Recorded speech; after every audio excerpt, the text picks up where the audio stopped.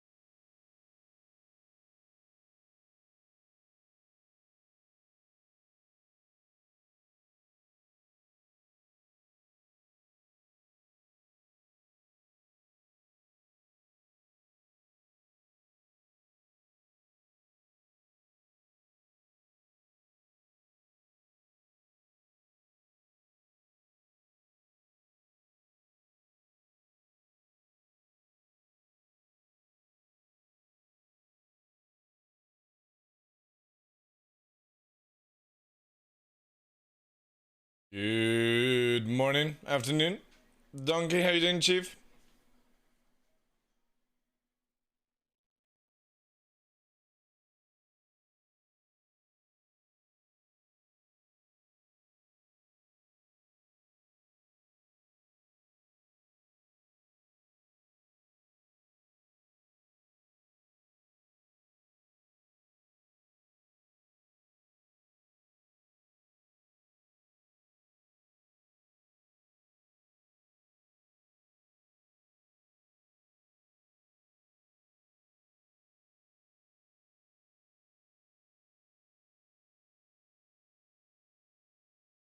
Just flying around in your CAR? Yeah, it's a really cool one.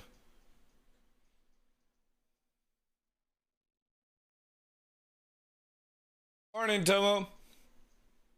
Welcome in, guys.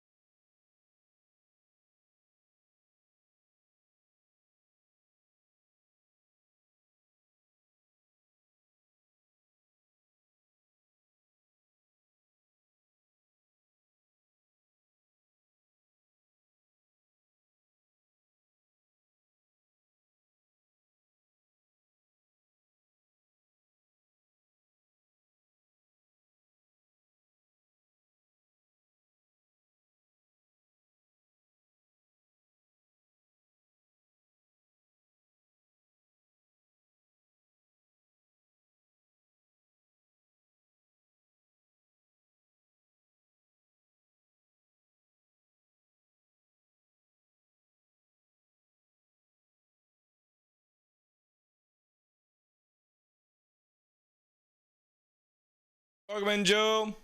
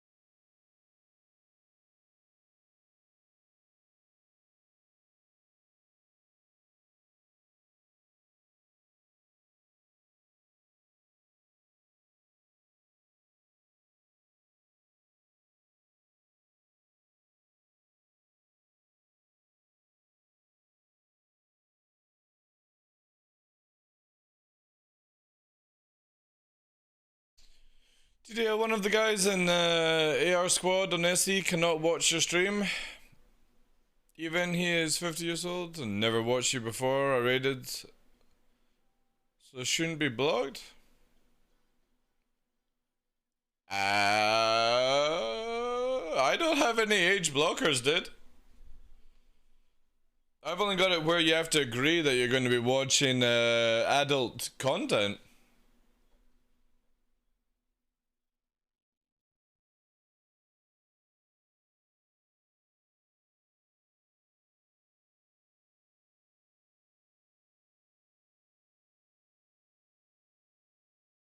No idea, dude. There's nothing that stops somebody watching your stream. I can block people chatting, but you can't. There's no way I can stop you from viewing.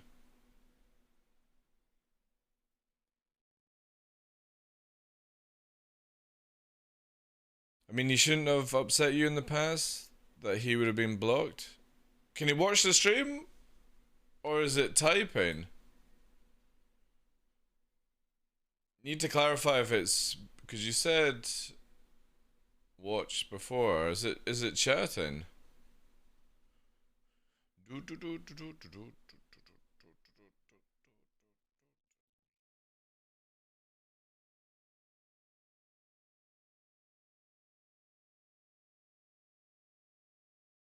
No idea then, dude. Again, there's nothing I can do that can stop you viewing my stream. I can stop you from chatting, and that's about it. That's it, really.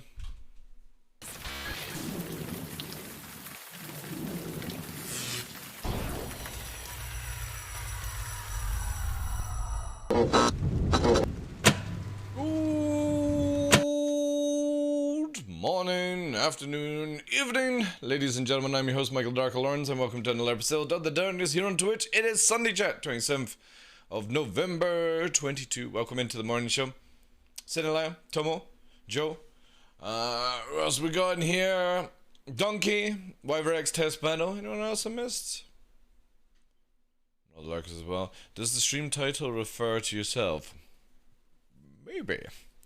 Maybe, Sinalaya. Who knows?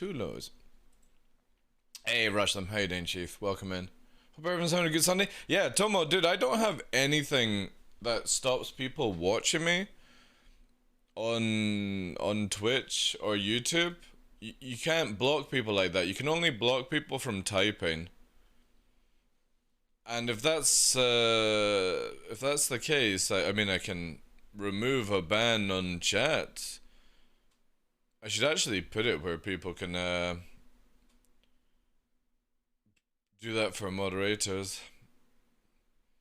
But I have no idea. It might be something VPN, IP. No idea, dude. I can't help you on that one.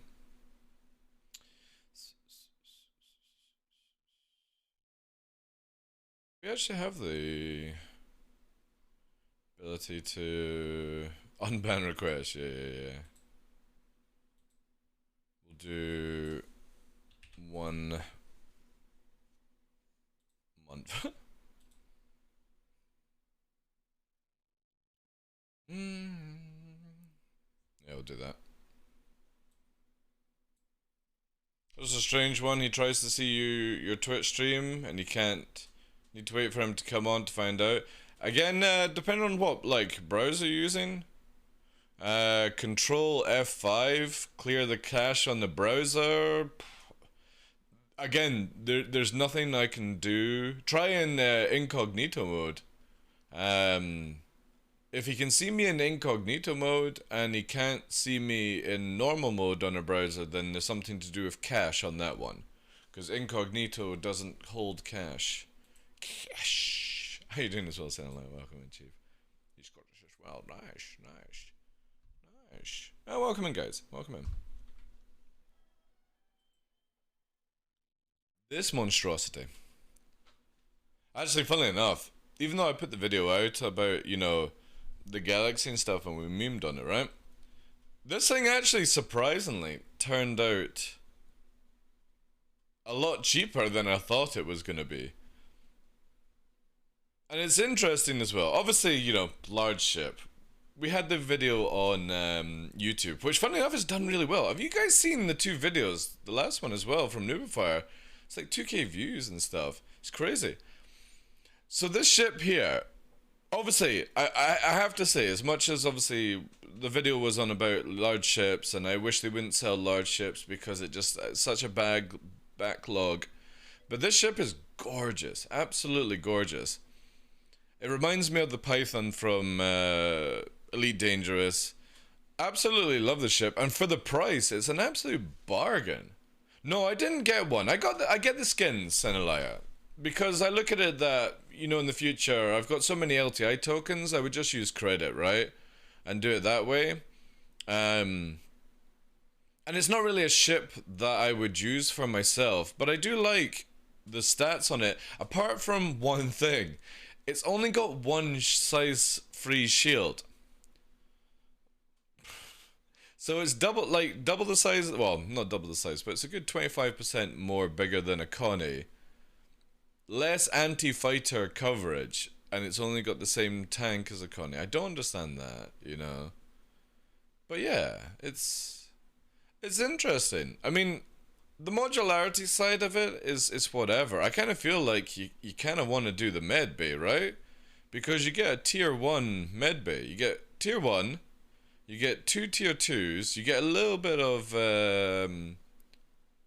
you know, some lift thing, and then you get the tier 3 beds.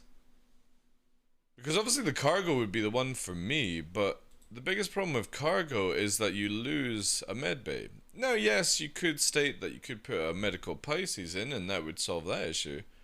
But you know what I mean? It's again, I just don't get this, right?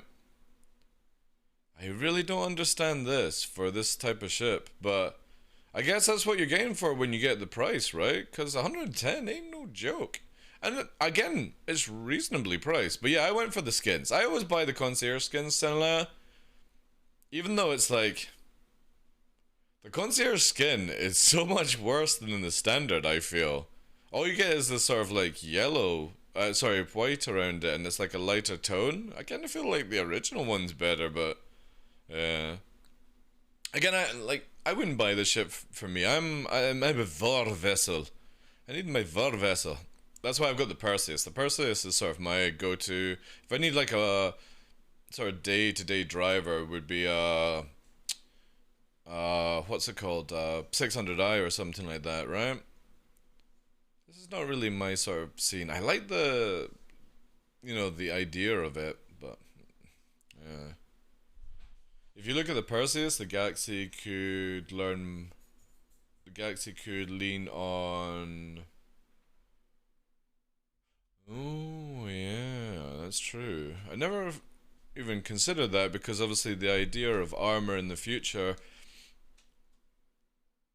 But if they do the war, like, so I had a talk with the guys, right, at CIG, and the idea was obviously armor will eventually come into the game.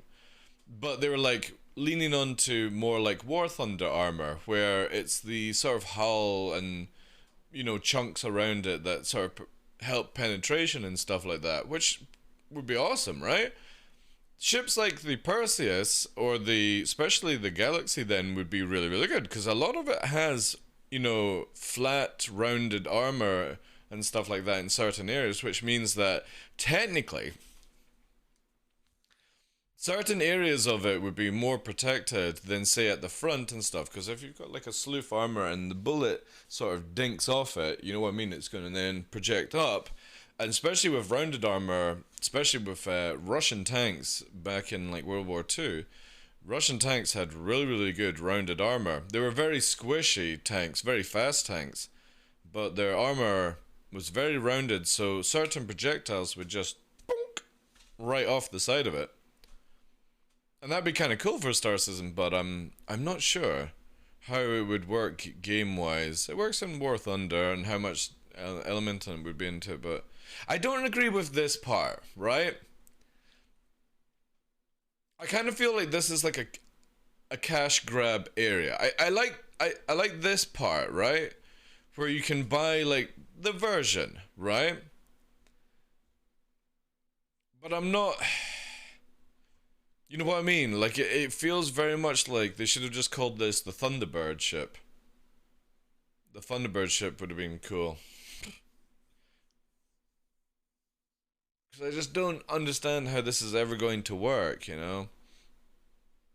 The Arnold Sploot thinks works on a 2D battlefield, if you know what I mean. In space you get shot from every angle. Well, true, yeah. This thing is sort of like rounded on underneath as well, but yeah, you know what I mean, yeah. I guarantee you they sort of make things a little bit more on the top, right?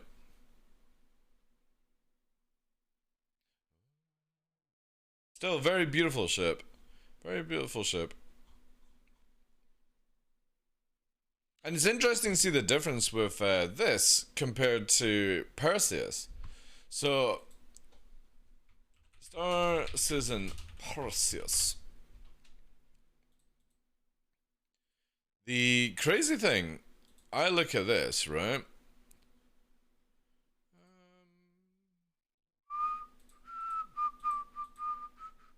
I need another image actually.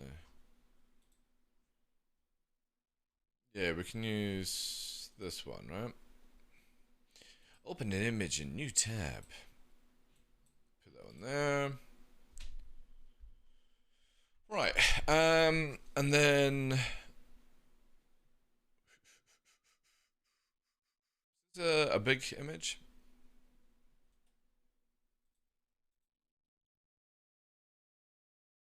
Ah, this actually will work better.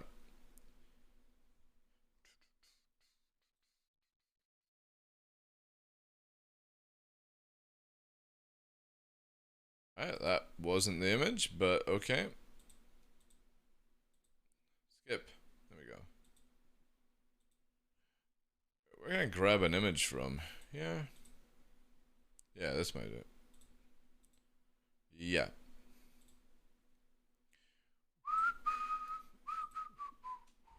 See what I mean, right? I always thought the Perseus bridge, Perseus being on the right, Galaxy on the left, right? I always thought the Perseus bridge was a lot further forward, but it's a lot further back, actually. But you see what I mean? Like, they're very similar ships when you look at it that way. But Perseus, for me, just wins. Like, it's so evil looking. And then it has that rounded armor. The engines also feel a bit more RSI. The Galaxy... Yeah, this is JPEG analysis here. But this is why for me, like, the Galaxy isn't the ship that I would go for, because the Perseus is the war vessel that I would look for. You know, the ability to broadside as well. If you guys don't know, it actually can broadside. If you check out here, you see here, and remember you got the turret underneath. They both face perfectly sideways, like here. See? So you can actually broadside with this thing, which is really, really good. You know. Although this image doesn't show the turret. I thought I had an under turret. Am I thinking of the Nautilus? Wait.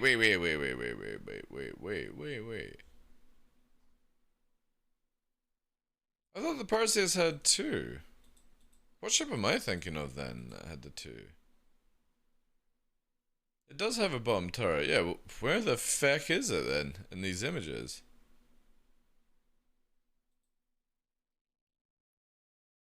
Again, that just looks so good, man.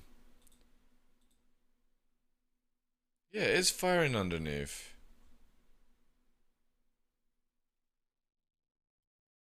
Does it oh my god, does it retract? Really? Well, there you go. You know what I mean? And this also carries like a rover. I don't really need it to carry a fighter. Man. I love that. The boof, boof, boof. Boof, boof.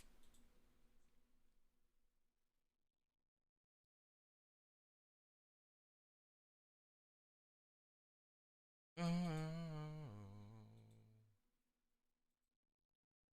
yeah, I forgot it has torpedoes as well, doesn't it? Ah, there is. Yeah, yeah. What SEU does this thing have again? 50 SEU. See, again, it's got the same SEU, right?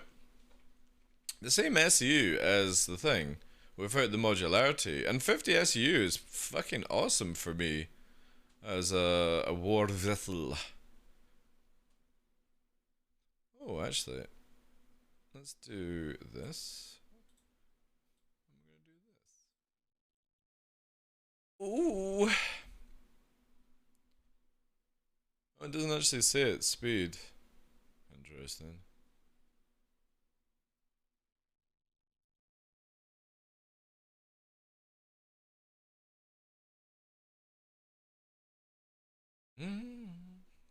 Yeah. Again, the broadside part of it is meant to be really cool. One thing I loved about the concept of the Perseus was the weapon rack, right? Or the ammo rack here. Where is it here? Where's the view of the turret? Yeah. There. I love that. I absolutely adore the fucking... Look at those loaders, right? Just something about, like... You could be standing there and just hear it going chink, chink, chink, like that. I think that would be so cool. Because obviously, unless you're like in a full-blown military, you're never going to experience something like that. So in a game, it would be kind of cool where you're standing there and you're watching the rounds rotate round and you got a belt fed it, you know. The autoloader. It's cool. Again, the images of this one just... It's what really, really sold it for me. Now, I was originally waiting for the Nautilus to do what the Perseus would do for me, but... Again, the Perseus just had more... Like, the Nautilus is meant to be faster, and it's more of a hunter. This thing has the potential for me to, like, hunt and defend as well. But it was more like it was the idea of a sniper kind of ship, you know. Plus a couple of guns to defend against lights. I know lights won't be a trouble for the galaxy in the future, right? So if anyone's like, oh my god, you know, this thing doesn't have any defense against light fighters, it does not. The galaxy. But in the future, when everyone's slower, you should technically hit with your size 5 cannons or guns better than is right now.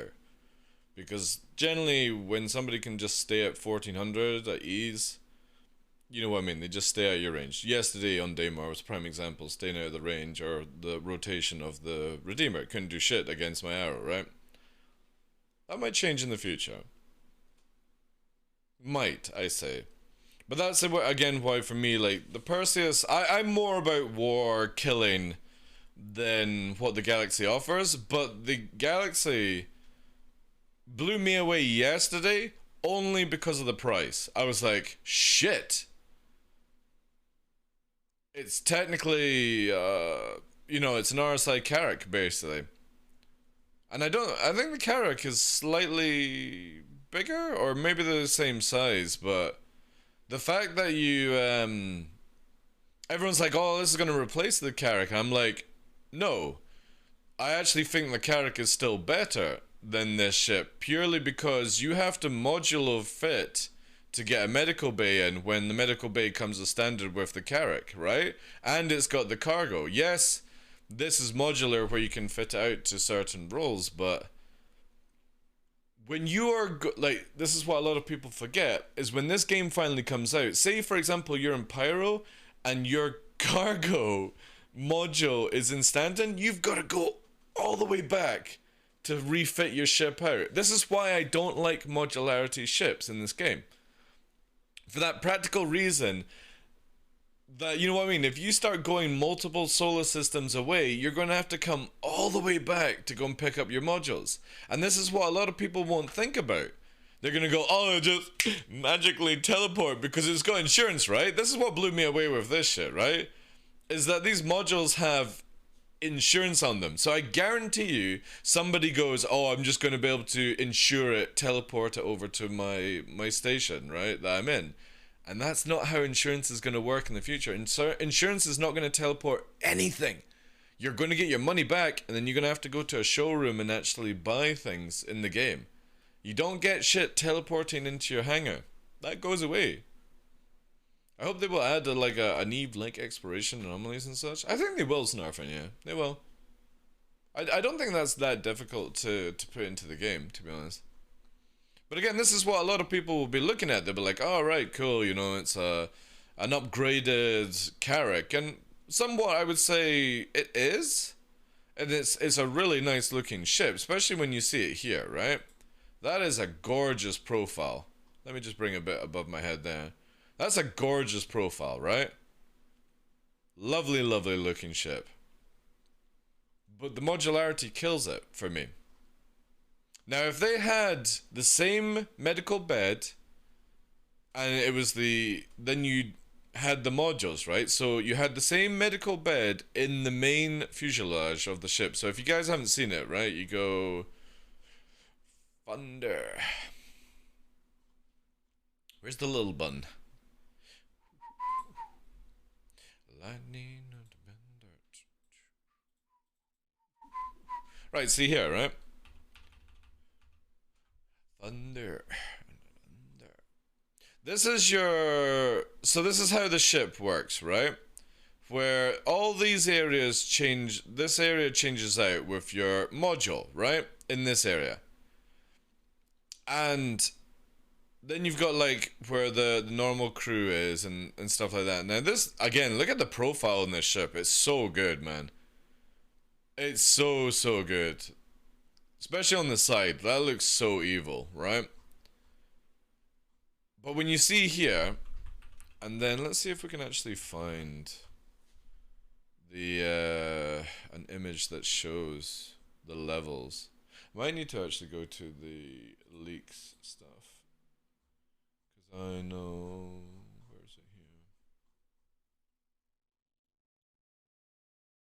here? Yeah, here we go. Right. So this is the inside part, right? Let's bring it up here for you guys. You can see the bridge. You can then see like the different areas and stuff.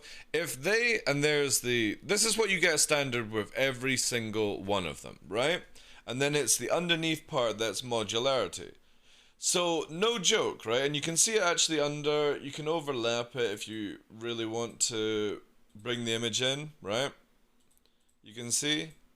And even on this image, you can sort of see it just slightly underneath. So the modulate part is underneath, right? That's what you get with it.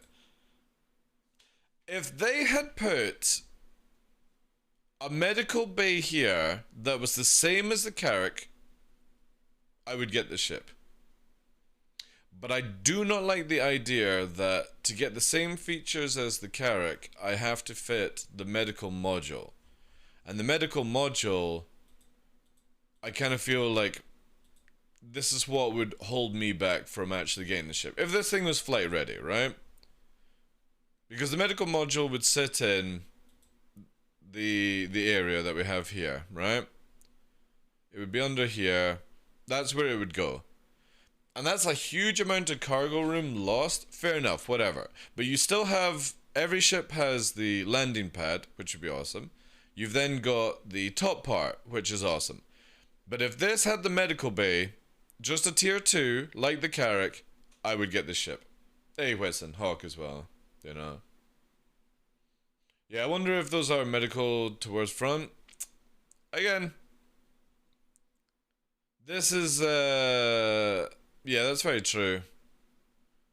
We'll need to see how it further goes, right? Because no joke, if it had tier 2 medical, and you got all this, and then especially with the cargo area, which is on this one, this shows the cargo module, so you get all that space. This actually would be a very interesting ship for me to get, you know? Right, so medical modules, Greg, changed the behavior of... Good morning to you as well, dude. They changed the behavior of medic gameplay in Star Citizen. So the RSI, or the Anvil Pisces that just came out is tier 3. So it can only heal tier 3 trauma. Basically give you HP back, food and water right now. But I think food and water will be removed eventually. And you can't respawn on it. Tier 2 can only do tier 3 and tier 2 trauma. And right now, you can respawn on tier 2, but that's also going away.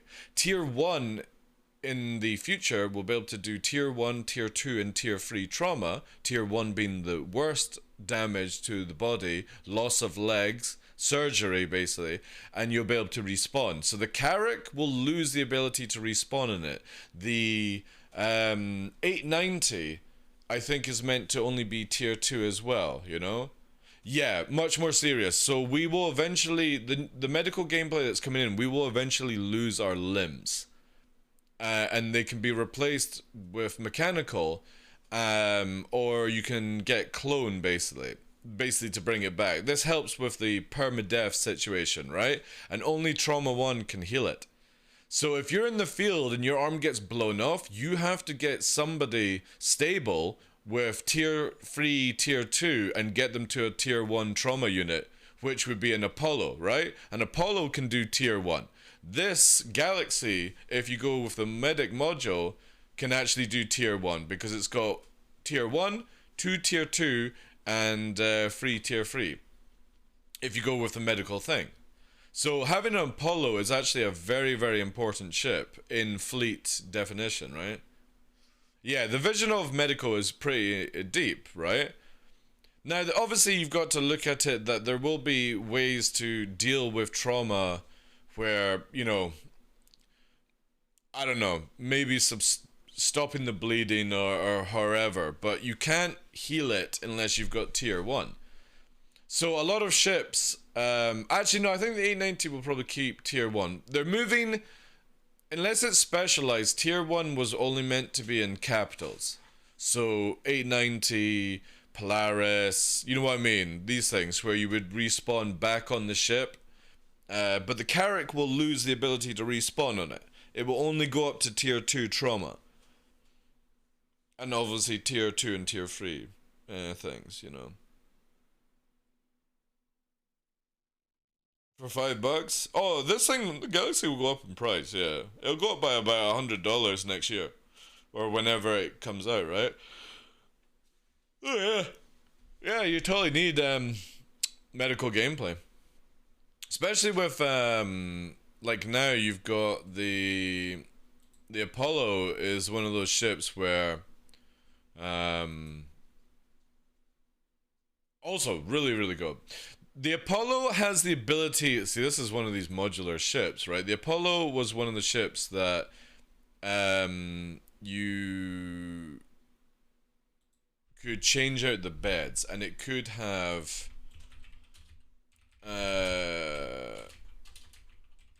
Apollo.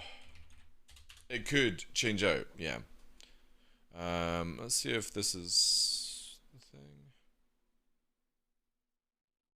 I want the actual. Oh, fuck's sake.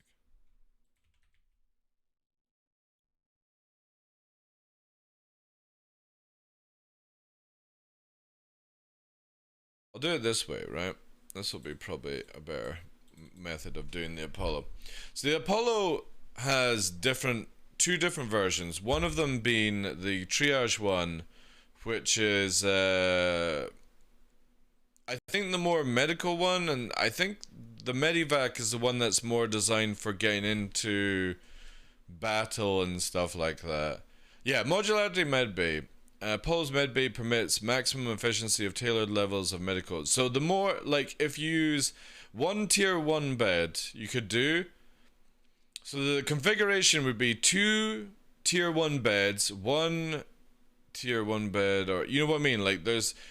If you have tier 1, you lose more different versions of beds, Greg, right?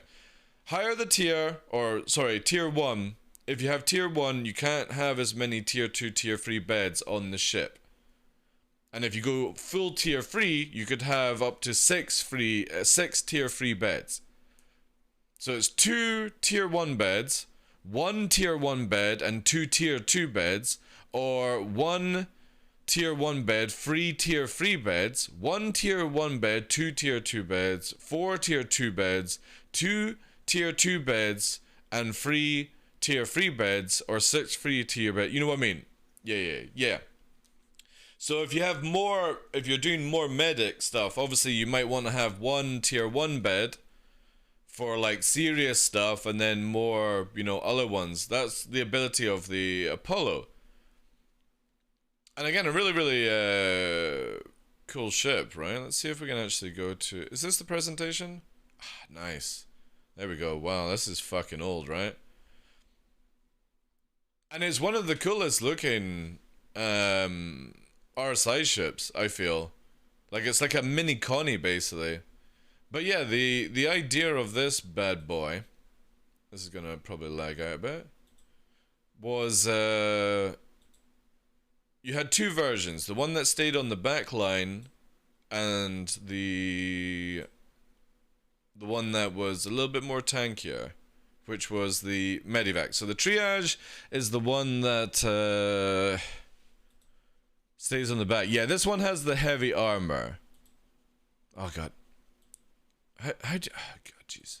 I'll just download the browser. It's easier.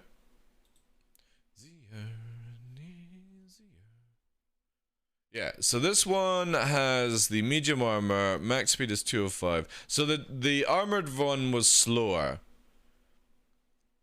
Yeah, they've both got the same weapons. However, the Medivac one has two size 3 missile launchers for whatever fucking reason. They both got gunners or defense, which is just a shitty remote turret, right? But that's, again, whatever. And then they can have the same medical configuration, but obviously this one was meant to stay further back in the fleet, and this one would be a bit more ballsy, riskier, you know? Yeah. Now, if you could only train to be a surgeon, well, whatever if they do with the medical gameplay. It's like all gameplay. Do they actually bring it out or not? You know? But I like this, you know? I like the idea that you would put somebody on this bed and it would teleport them up, you know, into the thing. It's a pretty cool idea with the Apollo. But this is where I go back to it, where you have the Apollo here, right? And then you have, obviously, the Galaxy. The Galaxy is trying to do free rolls, and it doesn't do the free rolls effectively. Because if you take the medical gameplay, right, then you sort of make it a medical galaxy and stuff like that. But you know what I mean? This is what I'm saying, is you start going... when you start traveling through solar systems and stuff like that, the question you should be wondering is, how do I get these moved, right? And I don't think they'll move. I think wherever you have them... You know what I'm saying? You're gonna have to move them individually, and that could be a lot of fucking hassle for somebody. So I would personally, and this is me, I would go with Cargo Galaxy, and then just have like an Apollo that follows. But again, this is some ship that just doesn't suit me, right? Yeah, okay, thank you, Saint Lab. Hey, Tigsy, how you doing? Like a roast chicken from the top view? Yeah, it could do, yeah. And I think purely medical ships should have a defense weaponry like... Yeah, exactly. I don't think they should have ballistic weapons or anything like that, right? I'm doing very well, thank you. Thank you. Hope you're well. Again, if they just put a tier 2 bed like the Carrack in this ship, I would say it would be a really good one with the cargo area. I would probably use it for the cargo stuff. But for me, again, because it doesn't have those features and it's got the 1-size-1 shield, for my kind of playstyle, it would be Perseus. Even though like 6 crew just... I don't know how they're gonna do 6 crew. Because on this one you could look at, you only need 4 for this thing. The 2 main turrets, pilot, and co-pilot on the remote, right? But I guarantee you have to fucking slot in rounds and stuff. CIG's idea of trying to get more people on one ship is just not a healthy thing for this game. Because not everyone wants to do that, right? Not everyone wants to do that. That one shield, though, freaks me out. Be interested to see if, what this had, actually.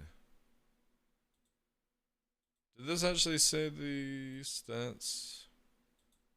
I don't think it did it? Oh, it did. Yeah, this has got 2 large.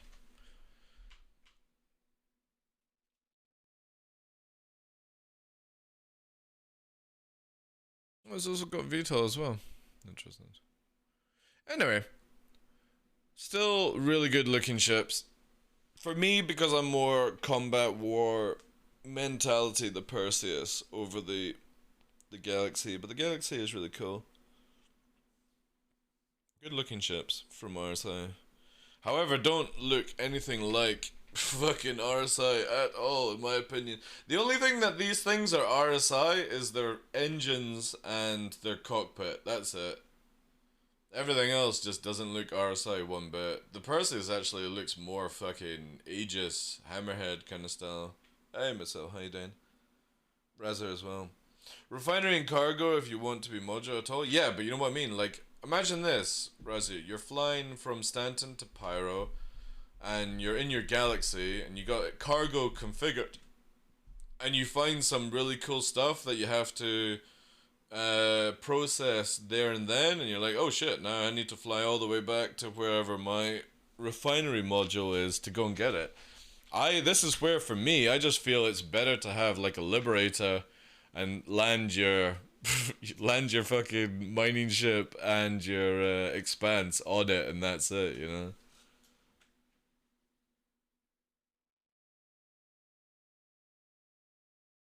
Funny thing is, some people already started crying about the capacities of the modules, like less med bays on the medical module. They forgot that these multi-role ships will never be good in a row. Yeah, exactly. Exactly, Razor. I don't understand why everyone always keeps asking for a multi-role ship to be good in any role, right? That's the idea of where it allows you to be in multiple role. You have the 2 ships here, right? One is your multi-role, and the other one is your killer, the Perseus.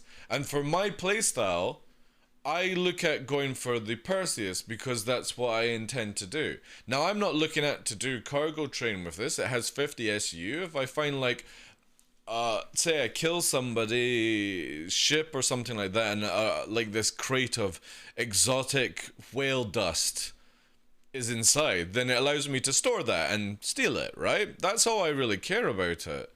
You know, this thing can do like super cargo runs and all that jazz and stuff like that, but it's not good in combat, it's not good in cargo running because there's better ships that do it, and it's not that good in medical because, well, again, you've got to take a 110-meter ship into like dangerous space when an Apollo is like, what, 50 or something, you know?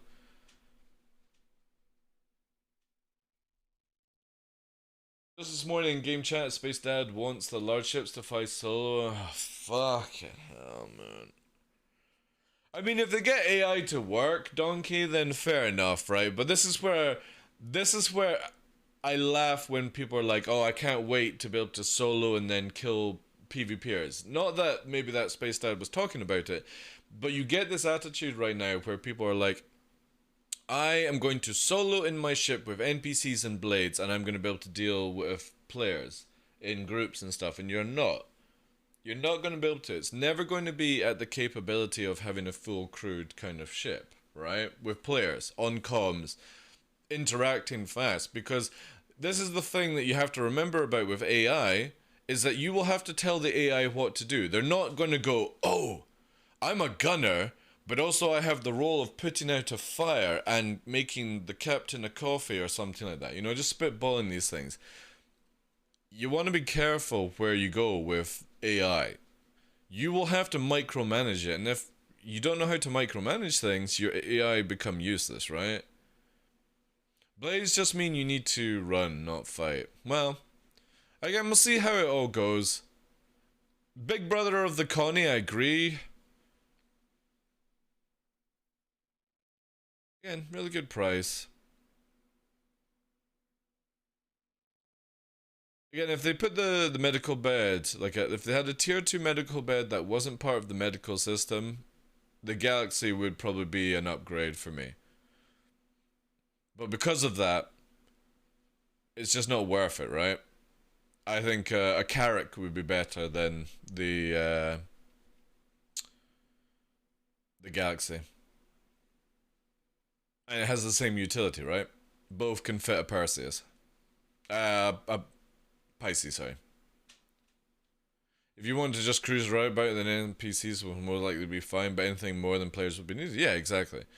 Like for me, I wouldn't go into Pyro, for example, with an NPC crew, right? Maybe Stanton, sure.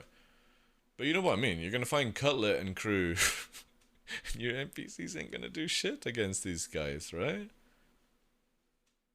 And that's what you need to think about. Space is about to get very, very dangerous in Star Citizen, and I can't wait for it. Can't wait for it. Really nice bridge, though. Speaking of Cutlet, we have a reaction to do. He's brought out a latest video. Right.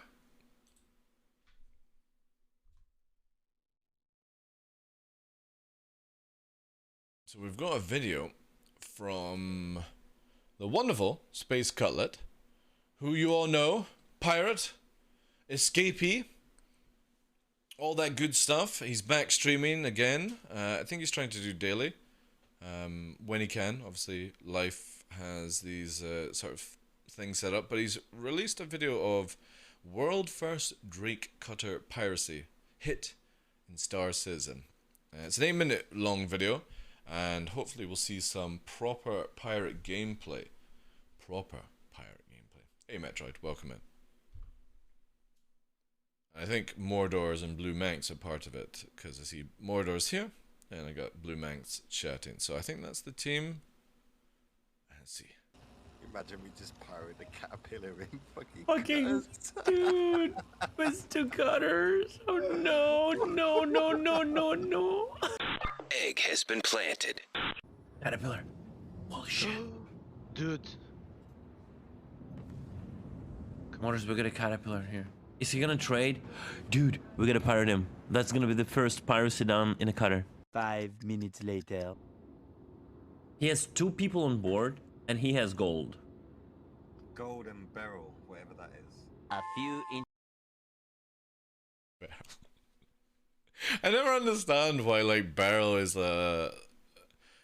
like even in games, you know. It's just like Okay, he's water taking off, stone, Tumblr. is it He's not? taking off. He's taking off. He's taking off.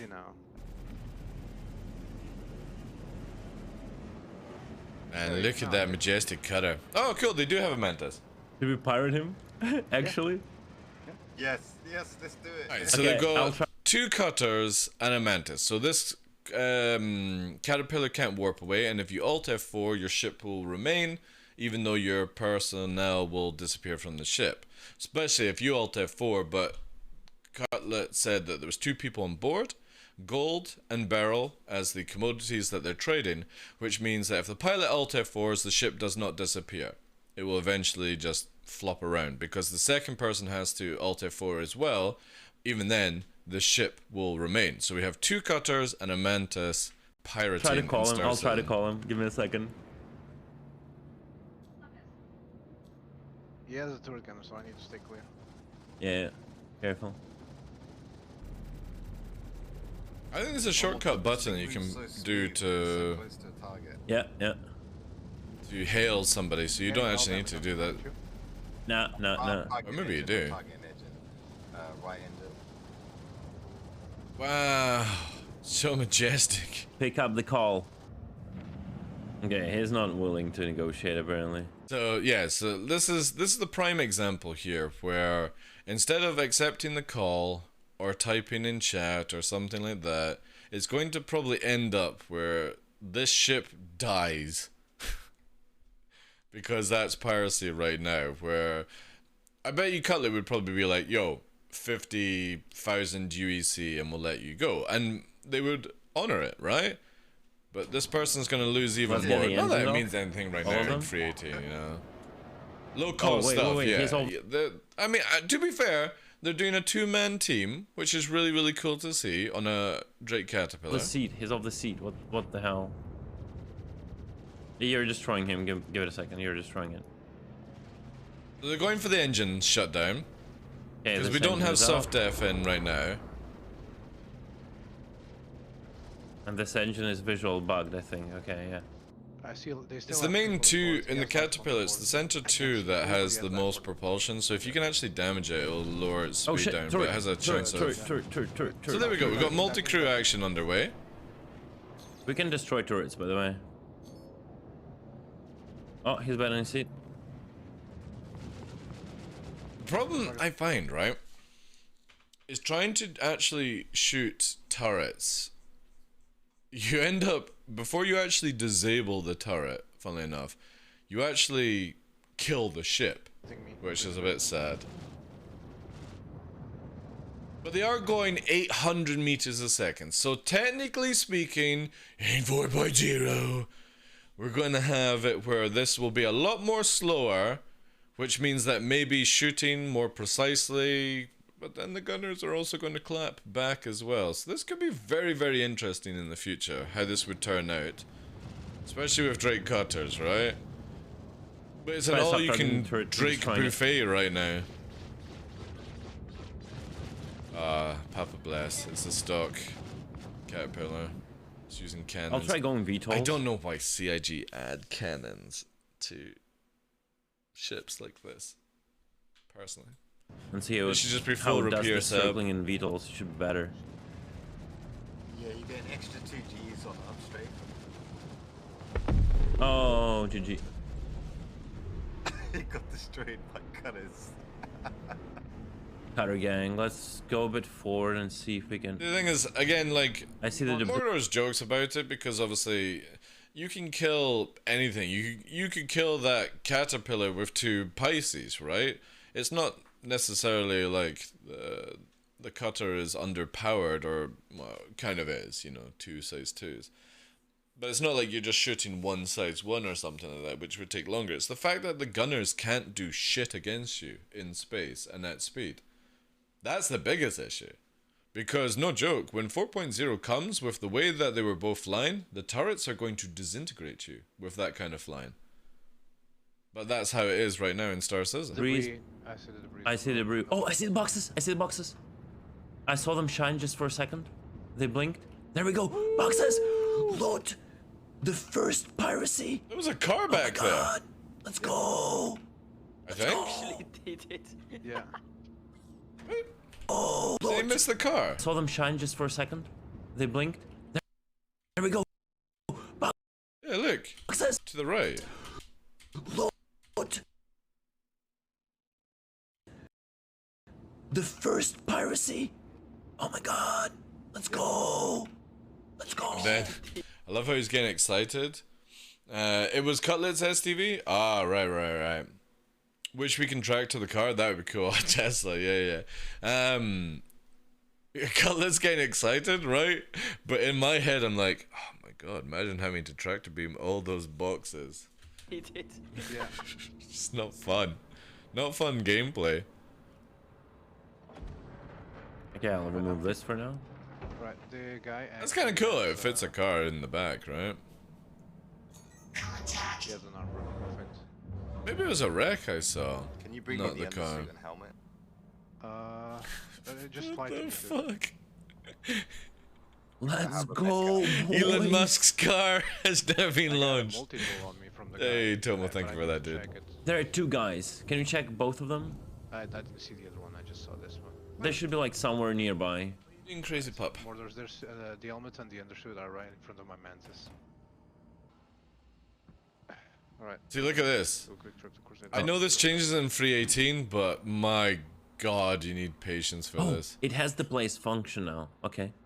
It was missing. This place function was missing. Is it before. gonna fill up the ship? They probably patched it. Nice. And the car? Nice. How are you Really gonna get the nice. car back in? You can do that now. But yeah, tractor beaming Double cars check, would actually double be check. really Doesn't that cool. work? Yeah, that's pretty cool. I do like this on the Grey Cat. This is actually a really cool thing. I hope the That's like pretty cool. Cyclone gets Love an it. upgrade. Yeah. It's so clean, look at that. Next jump town, I'm gonna be taking 2 maze boxes into the vehicle and running. It'd be kind of cool if you could drive the vehicle into Jump Town and then just scoop it, right? Oh yeah, shit. You collected quite a few, dude. There's a body in the back there. What the hell is Myrtle's going Wait, what's that? Oh, that's his body. I found his body. Is he dabbing? Nice. I picked his body up as well. No. Another body. I found the second guy's body. Is it dabbing? Oh no, it's not dabbing. Oh, thank you, dude, for the gear. That's so appreciated. That's kind of funny. Ooh, that's risky. Wow, that Oh, you was have nice super glasses. fast. How the fuck did he manage to do it that fast? Anytime I try and do that, it takes like an hour to get your stuff off. Why save, dude? That's cool. I wish Okay, it would like you can turn guys start frosty, you trying know, to like pass starting through to the freeze boxes. up, and like, Closer. they used to have that stuff, right? I hope ship tractors could act similar to gathering ore. Yeah, we'll need to see where. Yeah, it needs to be able to like just pull it all together and stuff like that. Doing this is just so tedious. Fucking dude, with 2 cutters. Oh no. Oh my god. It's not even like it's not even stacking up because obviously we're not in free 18 yet. It just Nice. literally You can pick looks up the like car just for a. the memes. This feels like Del And there are 2 Boy boxes in that car. from Send. Only Fools and Horses. Shit, are they actually gonna get the car? Oh my god, they did Yeah, skip the boy. car. Good That's job. cool. Well, there's a Corsair as well. Why didn't they put the car in the Corsair?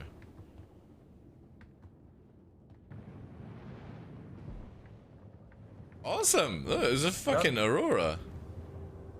Okay, so just get out of your launcher and come back. You should have both of them. Man, this ship is amazing. Holy shit. Of course he would enjoy this ship. It is an absolute piece of shit. Yep.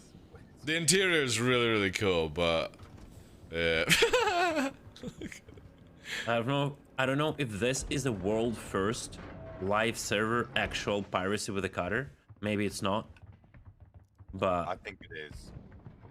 holy shit. Piracy on that. Jeez, scale, look at the Corsair, man. Who designed the 1,221 landing gears on the guys. Corsair? It's just so We low, are right? rich. No, this is from live, Crisp. Damn. This is free 17.4, not free 18. Alright. If it was Let's free move 18, they to, could stack up better and probably Let's put move more. to Orinth.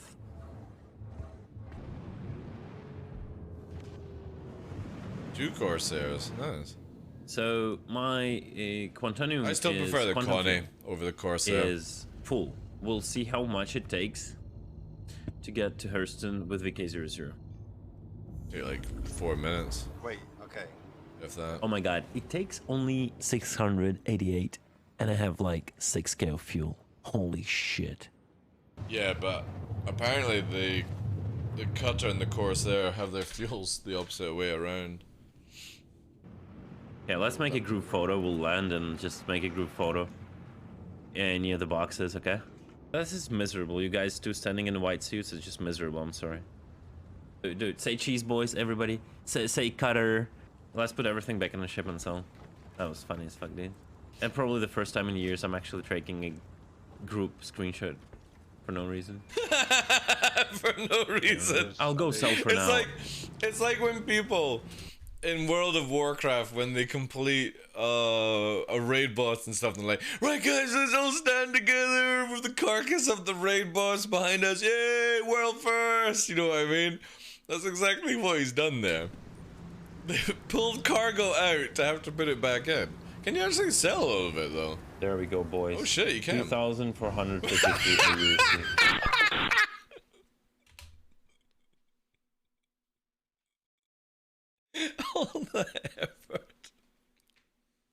All that effort for 2,000. Obviously, I didn't. He put down how much he got for the gold?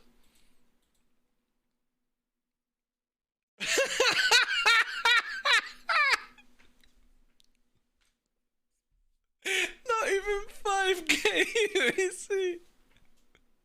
Way piracy! It makes so much money. There we go, boys. Now split that between how many people are there at the end. So we've got Blue Manx, we've got Cornelio, Mordor's, Jice, Tumbrino, Canots, and obviously fucking 500 UEC. Or under that, it's like, whoa, 450 UEC a pop. And you've got the fuel of the Mantis, the Corsair, the two cutters, everything else. And the fucking car is out as well. Whoa! Fucking amazing amount of money, man. You get 200 credits each, yeah. After the fuel bills and everything else, like damage. My god. And he's gonna have to spend money on water. Look. You know what I mean? This is where he needs the medical Pisces. Free water in the back. Oh man, CIG really need to do something about piracy. I mean, obviously it's the, right now I would imagine with Cutlet it's the entertainment, but fuck me, that's not gonna pay shit in the future. You know, they have to do something about it. Anywho, but that is world first Drake Cutter piracy hit by Space Cutlet. I'll be dropping his details in the video on YouTube, but you guys know Space Cutlet on Twitch. Make sure you go and check out his content when he's next live, all that good stuff. You know what to do, chat, you know what to do. Appreciate it.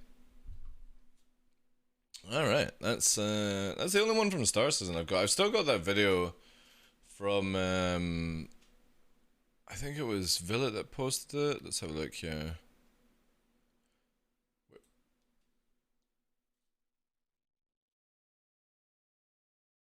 And we got the one from Fetch to do, but that's a DCS one. Yeah, Villet sent this hour-long video of Star Citizen. We might watch that, actually.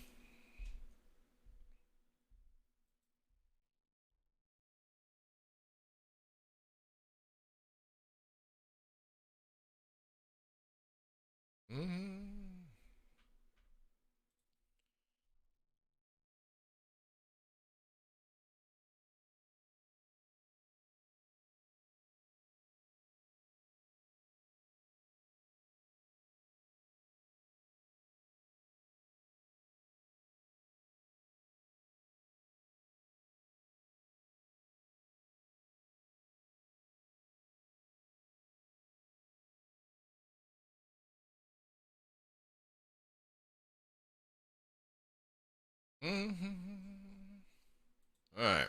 Yeah, I don't have anything else. Let's get into game then.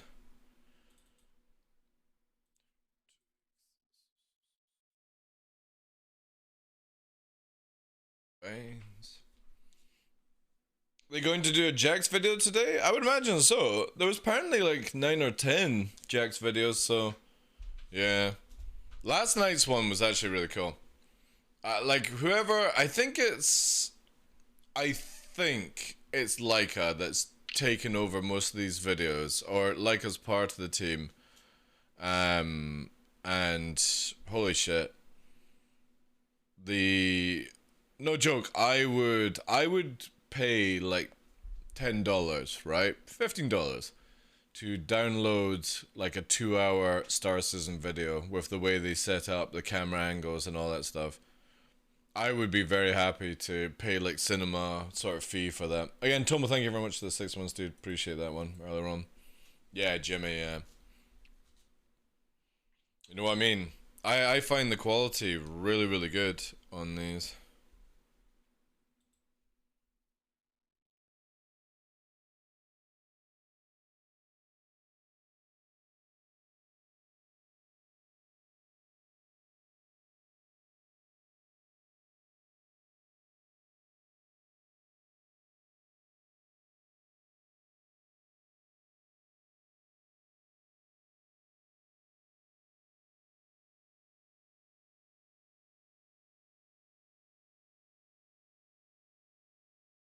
Yeah, 1 to 2 minutes is enough. But I mean, that takes ages, right?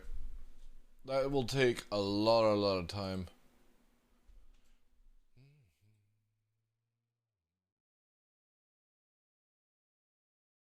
Right, let's get in game. Oh, I should have checked out head tracking first. Why do I keep forgetting to do that one? Where are you? Have you ever thought about doing a react for Star Citizen What the Fuck and Funny Moments? See, here's the thing, right? For me, reacts is not like what other people are doing for reacts, because obviously, like, you've got Asmon Gold that sort of does the sort of same thing as I'm doing. Salty Mike's version is where he had it's like he's doing a sort of react show. My reacts are basically to watch it with you guys, chat with you guys in chat like I do all the time, and then upload it where people can watch it that maybe don't want to watch for a whole VOD, right? Because we've obviously got the ability to put VODs out and all that jazz, right? On the VODs channel. Oh wait, let me get this. No, it's not working. Fuck's sake. I wonder if it's to do with Ghost.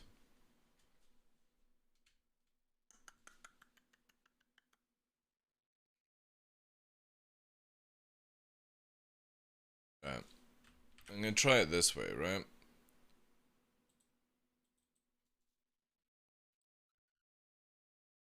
CIG definitely need to fix this as soon as possible, like, or maybe it's not the case in 3.18, but I don't understand how 3.17.4 to 3.17.3 to 4 is broken for Toby, where you've got to do this. I'll just need to remember, like, put a note down to have it set up before I do it, right? Insight, yeah.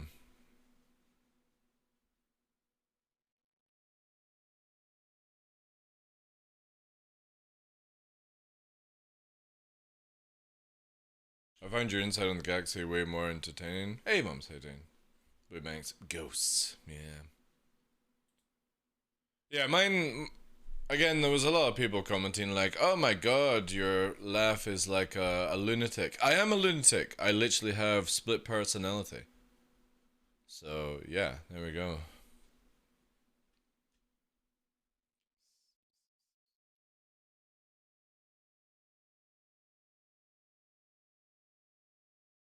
But I won't change the way for videos, you know what I mean? Like, I'm not going to upload something and be like, oh, look, let me sit in front with a shirt and tie on and pretend I'm something else, you know?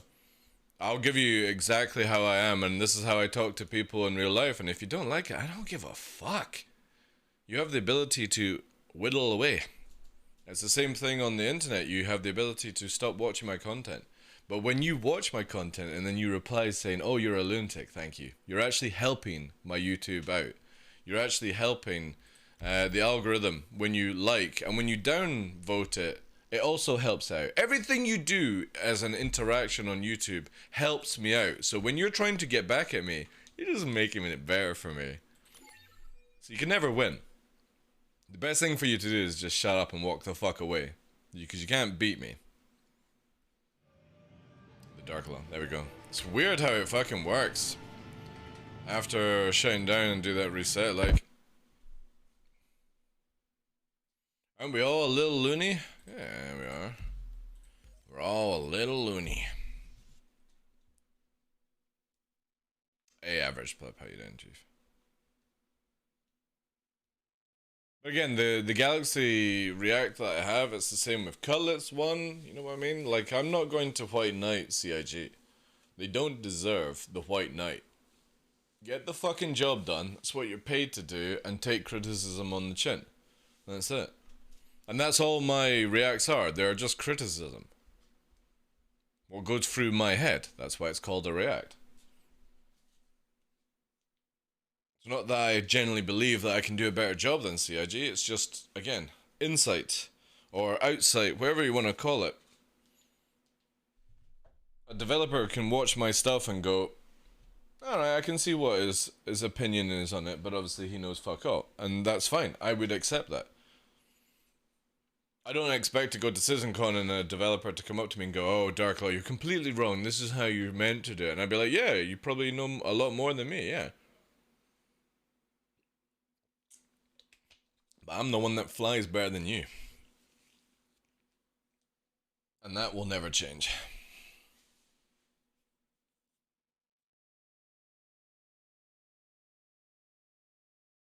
Mini-me. Did you see the Cutlets tweet on... Oh, yeah. That one, yeah. Yeah, that was crazy. Obviously, whoever was watching the video didn't even see the mantis. Crazy.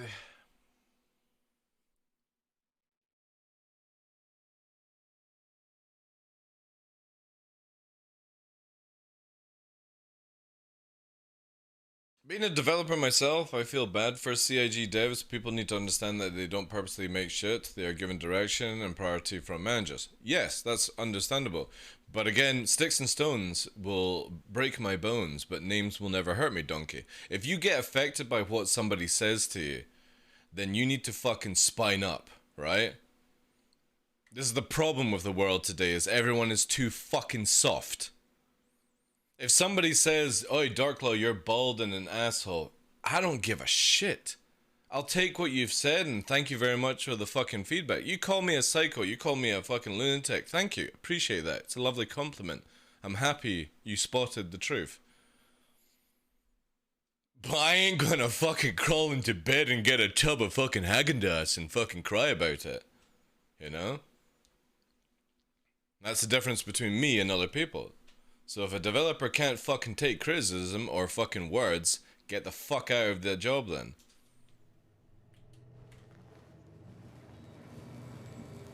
Yeah, exactly. Part of the job. It's not like I'm trying to disrespect or fucking be nasty towards these developers. I'm just not gonna fucking get my little feather duster out and start pretending that I'm somebody I'm not. I'll give it to you how I see it, how it comes out of my vows, how it comes out of my mind, and that's it. If you can't accept that, that's up to you. It's not like I'm going to go and knock on your door and start pestering you, you know?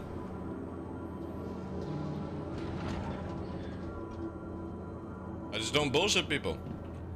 What comes out of my mouth is not right or wrong. There is no right or wrong in certain scenarios. There's just, you know, way we have things. But I'm not gonna fucking sugarcoat it just to make it easy on you, you know? You're just how you are, you're just not putting on a mask. True. However, I would love to wear a mask though. The ASOP vehicle retrieval system. Spooky mask. What was I gonna do today? Crap, I completely distracted myself. Hello Yaxie as well, welcome in. Has been set.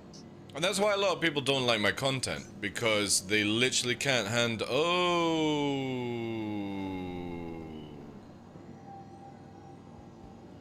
Why do I have another arrow again? Oh god, has it duped already? Are the dupes back? Sweet niblets. No, this is at Orison. Oh, I bought a Connie. And it gives an arrow? Alright. Here we go again. It's the green one? Right, cool. So yeah, that should be fine then. Yeah, going back to it, a lot of people don't like my content. People don't like, they follow, they unfollow, and then they're all like, oh my god, DarkLaw is so arrogant, and, he's an absolute psychopath. Yeah, that's true. It is. But which would you rather have? Would you rather me talk to you how I would talk to you face to face and not bullshit you, not fucking, give you crap, like try and cut around corners to avoid confrontation? I love confrontation. I love it. I love watching people not being able to fucking talk to me, or people DMing other people to then say, oh, can you speak to DarkLaw for me on this? It's like, yeah. Keep showing your true fucking colors of how spineless you are. If you can't come to me straight to my face and talk to me that way, just keep hiding in the shadows, guys. I won't. I have 16 hours last time I checked. Yeah. I'm really hoping that eventually dupes down the line will get sorted out. Maybe with Pez? I don't know. Pez doesn't really work on the database. And it's normally when servers hiccup that the database sort of fucks up and stuff like that, right? Eh. I like the objective point of view. I just don't want to spend my life lying to people, or, you know what I mean, like, basically, saying something just to make them feel better, right? I was on the opinion on the Galaxy. Well, we were actually at the start of the show. Obviously, you guys know my video on the thing. I have nothing against the Galaxy, right? Especially if you watch my React video. It's not about the Galaxy that I have a problem with. It's the large ships that they sell when we all know that they just don't come out anytime, right? The Galaxy right now, if I quickly go over what we were looking at earlier on today, is not my kind of ship. I would go for a Perseus because it's more war-oriented, combat, stuff like that. But for your money, you're getting a really good bang for buck. My only problem with the Galaxy is that I kind of feel like it should have a medical bed as standard, not having to go for the medical module. I think you should have a tier 2 like the Carrack, right? And that would make the Carrack and that ship very similar. And only to get the trauma medic base, you would go for the other system, right? To get the tier 1 stuff. Because that way, you got to look at it this way. I mean, you can even put tier 3. Because, like I said earlier on, tier 2 is eventually going to change where it no longer respawns on. So a Carrack you won't be able to respawn on. It will eventually take that away, because it's meant to be only tier 1 that has the respawn ability to it. So Carrack users will lose that. 600 Eyes are about to get a medical bay on theirs. They're going to lose that ability as well when it changes. And I'm fine with that. I just kind of feel like the Galaxy, for the size of the ship, should have had a standard medical bay. But then one could say that why isn't the Hammerhead got a medical bay and all that jazz? And it would be the same thing as why the Perseus doesn't have it. Some ships just don't have everything available, right?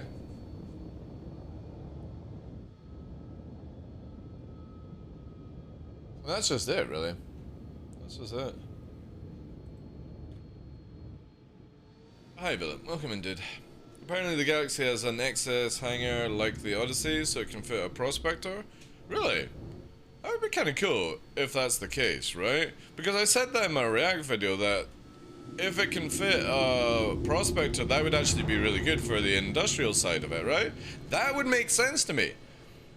Prospector, Galaxy in configuration for that stuff with a tiny little bit of cargo, or maybe offload it to another ship that can, you know, pick up the cargo.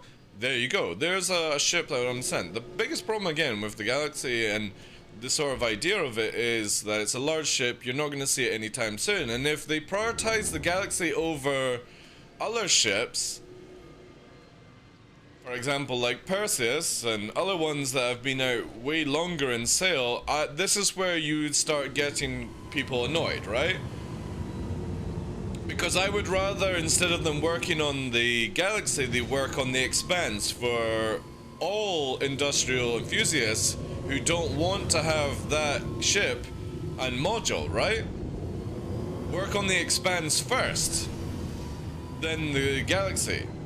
And we don't need medical unless medical advances, and if, to be honest, if medical is going to advance, build the Apollo over the Galaxy. And we don't need another cargo ship because we have huge amount of cargo ships. Bring out the Hull C instead. This is where I disagree with selling big ships right now. The Galaxy, yes, bring it out when all the stuff is working and you can make it flight ready or something like that. Then sell it, but it's one of these things where I would rather see them selling smaller ships like the Cutter, or designing smaller ships like the Cutter, cut less size and stuff, which is better for 1 or 2 people, instead of building a ship that they claim is for 6 people. It's like, it's so difficult to get 6 people in one ship every night.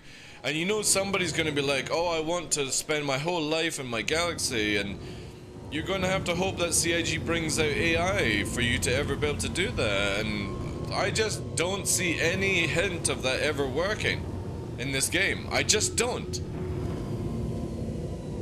If I could see the AI being less janky and stuff, and before somebody says, oh, but the Hammerhead has AI and the Starfare has, yeah, look how fucking good they are, right?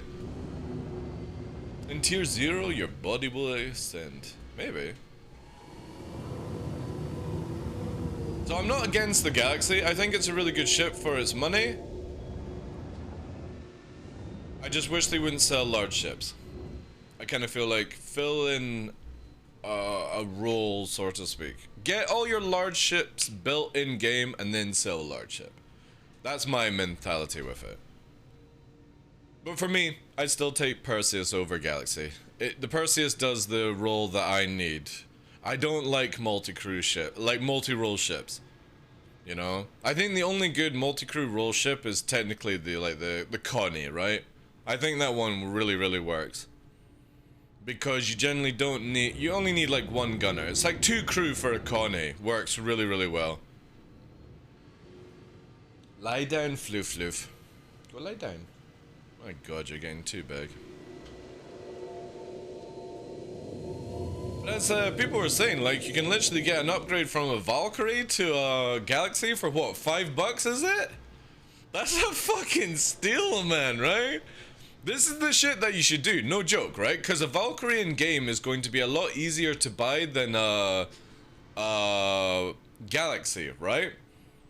That's how I would be looking at it. If I had the ability, I had like a Valkyrie, and I was like $5 upgrade to a Galaxy, I would be doing that right now. Because not only is the Galaxy going to go up in price, right? The Valkyrie won't, because it's already flight ready. So it can't be increased in price, you know? They are crazy expensive, but you know what I mean? Like, it's easier to get a Valkyrie or a Prowler in game than it will be a Galaxy. So for $5, I would be instantly upgrading right now. Because not only that, you get a Carrack loaner until the Galaxy is out. Fucking awesome, there you go. That's without modules. Yeah, but again, an $80 module in game is not going to cost much, Glitch, right? How you doing, Chief? Everyone's like, oh my god, $80 for a module? I'm not spending that. Yeah, just wait for it to be in game. You think they're not going to sell these modules where you can buy them in game? Sometimes you just don't need to spend money on Star Citizen, right? But everyone has to, oh god, I gotta have it. You gotta have it. You know what I did? I just bought the skins for the Galaxy. I'll get it in game, but at least I've got the limited edition skins for it. That cost me nothing. I just used credit. It was like $20 worth of skins, $26 worth of skins for 2 of them, because I buy 2 just in case I want to ever sell one to somebody down the line, right? And that's it. That's all the money I've spent. No joke. Everything. I bought a Connie just for free 18 because I kind of feel it'll be useful until I get my 600i sorted out. When that gets upgraded. So I've got that on credit, but everything else, I bought myself an LTI cutter. Everything else has just been skins. That's it. Because what's the point buying a fucking ship that you might never see in your lifetime? Better to just buy a skin and then get the ship in game. Everyone's so crazy when they purchase things for story season. Unless it's something that is literally coming out, I would not spend a single dollar now on this game. You're just making it where they have the ability to keep doing this sort of stuff. Anytime somebody buys a galaxy with fresh money, you're causing the issues. You're not really funding the game, because they have a crazy amount of money. You're just making it where they can keep doing this stuff for marketing. It's not the guys that design the ship at fault, it's marketing. They're like, oh, these fucking suckers will keep spending money for fucking pixels they'll never see in their lifetime. Let's keep selling it that way, right? And that's the truth of it. You're not really buying a ship, and you're not really funding the company. Because if they were that worried about money, they would be selling a new capital ship and getting that big instant, you know, whale money.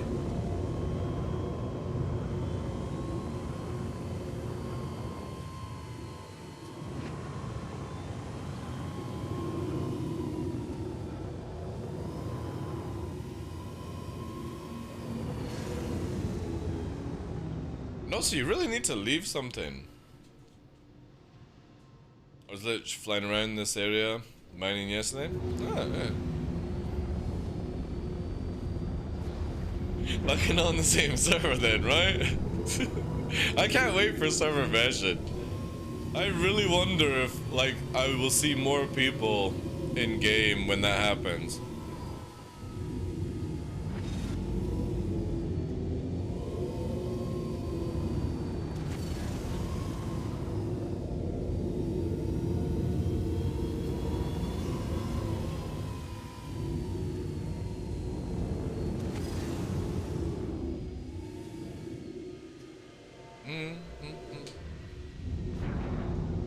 Get up now.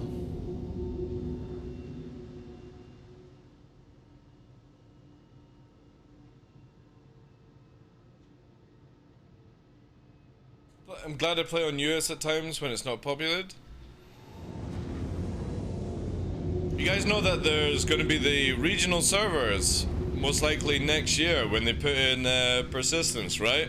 So if you're in the EU and you play on American server, your progression won't carry over to EU. And it'll be the same if you're like in America and you play on EU servers. When you go back onto American servers, you won't carry on your progression. It's gonna be all separate very shortly. Just like normal MMOs and stuff. Because the data is just too crazy when they have that. Best thing ever? Yeah, I can't wait for it. I can't wait for it.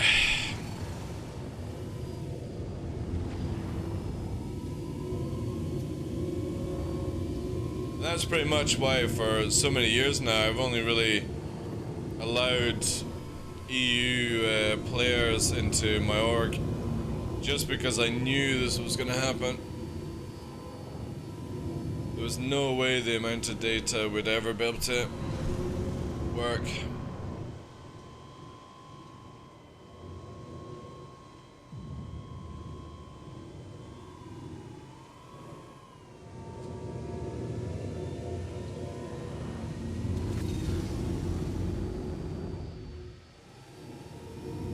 Hey Don, how you doing, Chief?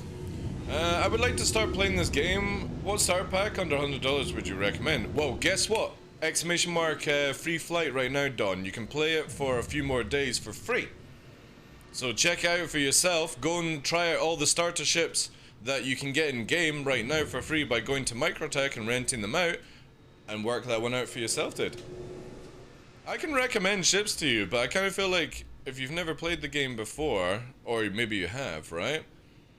Then you can make your own decision on that stuff. And that would be a healthier thing for you, because again, I can give you like ship ideas from my experience, and they're good ships. I wouldn't be making you spend real life money on piles of crap like other content creators do. But I generally feel that whilst you have the ability to play for free, just go absolutely nuts, man, and enjoy the game. You can literally look at the pledge store and you go to IE. So if you spawn at when you load up the game for the first time, select your spawn point as Microtech New Babbage. Just get on the trams kind of area, and it'll take you to the IE center, and you can literally look at every ship there on different floors and rent them out for 24 hours for free. And yeah. It's a great way of doing it.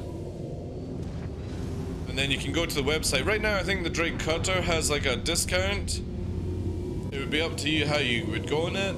Obviously I would always suggest the Avenger Titan as the best starter ship, but it is a little bit more expensive. But you did say under $100, so you are willing to spend a little bit more than standard money. And I would say Avenger Titan would give you the best experience for starting out.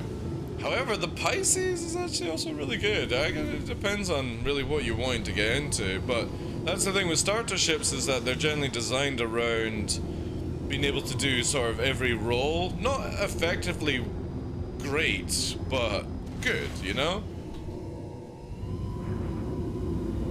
And the Avenger Titan really does sort of push on that one. Good cockpit, good combat, good ejection, even though, well, you can't inject in atmosphere right now. Bed to log off in, little armory, cargo in the back. Yeah, it's a good one for, I think it's like $65 or something. But yeah, I would always say, like, once we have free flight on the go, you know, to do it yourself. Run away. They want to see you. They want to see you. You little sneaky floof. Hmm? Hey, Nixie. You up playing? You wanna chuck on fam? There you go. Oh. He's being cheeky and running around, chat.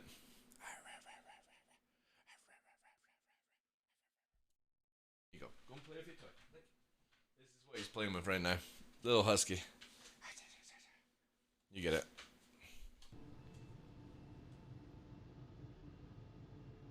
You could grab a Pisces in the next 2 hours and then get credited the best in show skin. Oh yeah, that's actually very true. Yeah. But that might be a little bit technical for somebody who's just literally looking into Star Citizen though. Rush them, you know?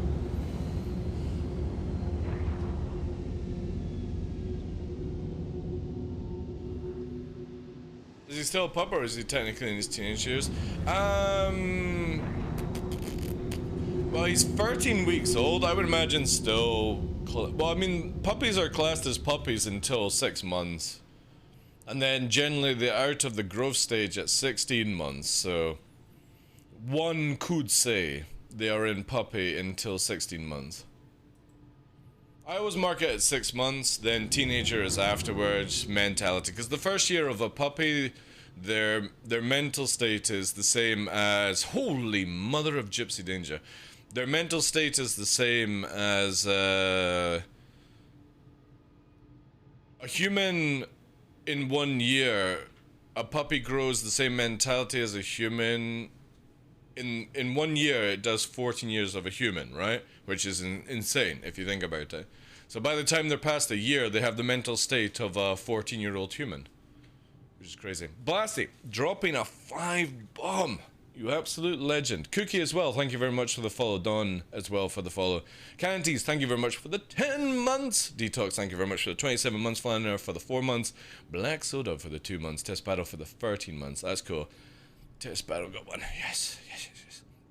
Thank you so much for that, dude. That's insane. Thank you for the generosity. Lots of vibes, guys. Lots of vibes. Appreciate that, dude. You guys see that this is coming out, This was like, yeah, they're bringing out some red armors, which look kind of cool. I do like this. I think this is gonna be, this is gonna be like a pack that you buy, right? This is where they're gonna get me with a bit of money. Hey! No! You're getting a bank on that because you're chewing. That is your toys. You chew them, not the furniture. No. You stop that, boy. You stop that. Naughty little shit. Chewing fucking furniture whilst I'm not able to see him. But he doesn't realize that I can hear. Even though I've got the cans on, it's got a little microphone that lets me know. Yeah, you play with that. You show everyone that you're happy playing with your toy. Yes. That, you can destroy that. That's easily replaceable. Yeah? Yeah. Mm-hmm. And then you've got your green ball. The green ball for your teething. Yeah. Good boy. Well, not really good boy, but good boy. We go nice with the arrow skin. That's my armor from now on, 100% Liverpool armor for her. I do like it, like anything red and black. I'll probably get like 2 sets depending on how much it is. I'll just use credit though. I will use credit. Wasn't it about Coven? Yeah, Coven's about Coven, right?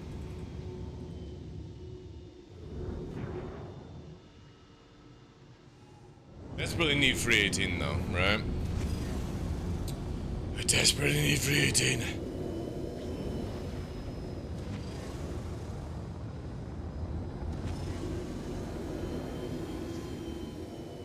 I'm not gonna be able to upload Vaz's reaction because yeah, I got hit with copyright on the VOD, so yeah. It's the problem with like these things.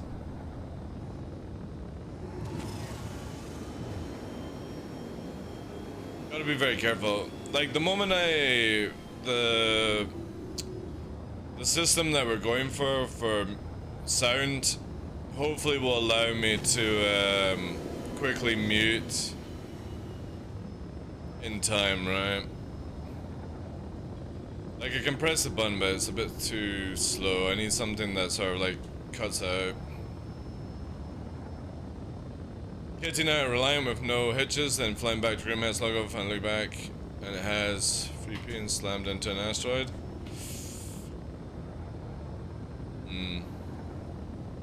Yeah, the what's it called is the object containers around Grimhex are really bad. You want to go in very slowly or you get absolutely wrecked. Grimhex performance when flying in it is absolutely bugging at the moment. Yeah, that's just the object containers. It's got too many, and when it tries to load all the information, it just absolutely fucks your systems.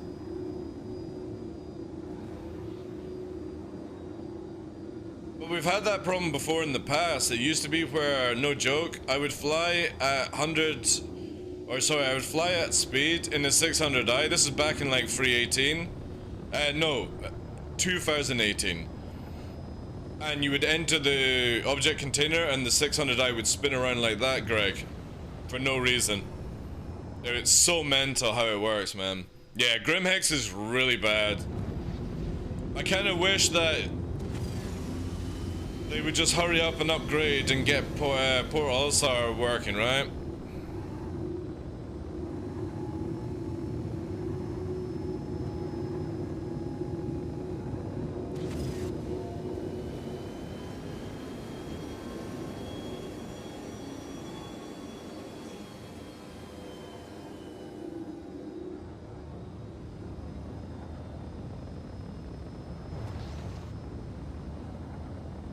Yeah, it's the same with me. I'm always crime stat 5, or tried to be. I've got a guide on how to get out of the elevators, if anyone wants it. It's in a clip that we've got. But there's a secret to it. But yeah, Grimhex needs major work. I'm interested to see how it'll behave in 318, right?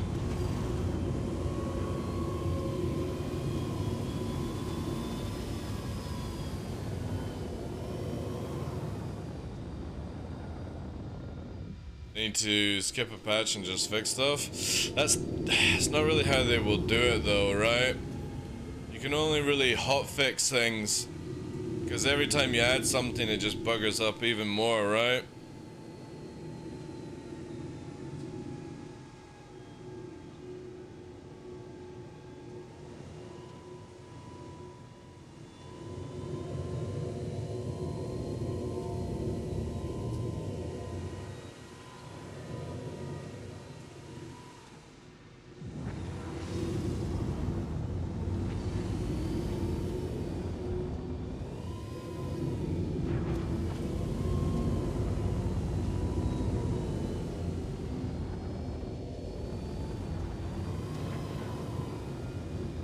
Why is it not seeing any bounty hunters at all, man?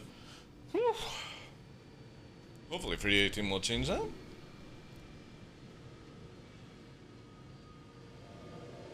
Yeah, the issues of Grim Hex are a lot more serious than what people realize. I actually spoke to the developers a while back on it, and it's not just a simple fix. They have to redo the whole system. It's just causing way too many issues right now. Where are you, son?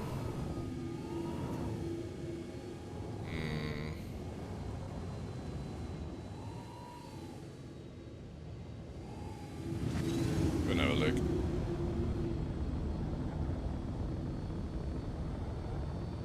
It was entirely your fault. It was a massive, very visible asteroid.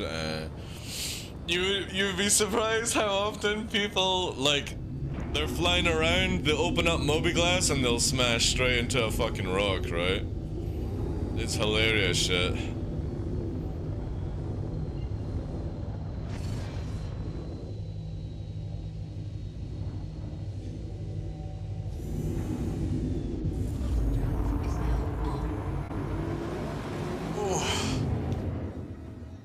Looking forward to tonight. More, what's it called? Warzone. Well, not really Warzone, DMZ. Ah, yeah, it's way too much in the dark right now. See, maybe we can get the light popping up. Look, yeah, we rise.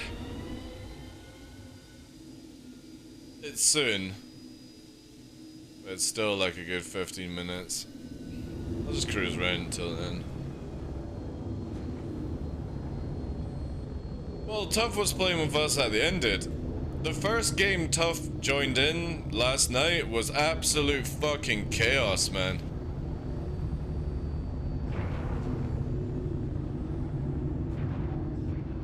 The elevator gods have been kind. Sometimes it works. Again, most of the time it's just server issues or if too many people are doing too many things. I was there.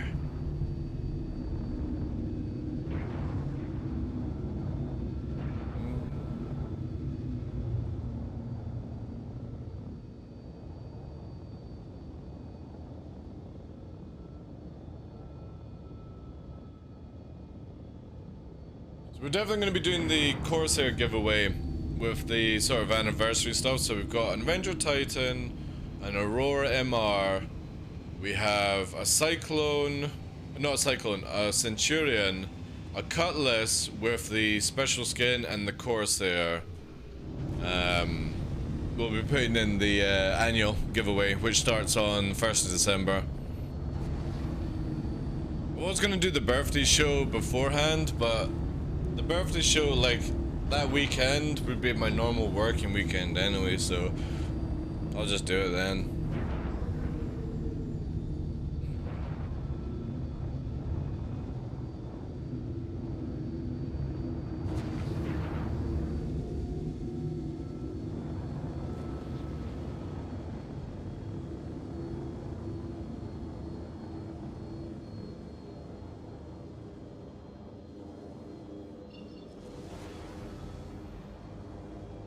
Little bit longer.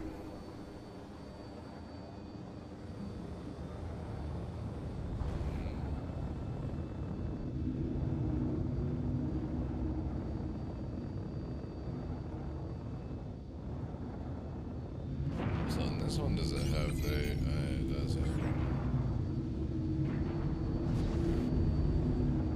Best starter? Well, the great thing about all the things for the giveaway, though, Zeman, is that they're all LTI. They all have a game package. So, and you can upgrade them. You can't melt them, but you can upgrade them. So, funnily enough, right? The Aurora and Titan winners have the ability to upgrade to maybe another ship. Like, say, for example, they've got a Constellation. And it's got like 6 months, right? They could technically melt that Constellation and upgrade the Titan to the Constellation. They would have a bit of leftover credit as well, but then they have an LTI Constellation for the start of the game. That's why I always look at it. The Corsair is obviously a little bit more expensive, but still, you could upgrade it to a bigger ship that you already own, right? As long as it's not a capital, but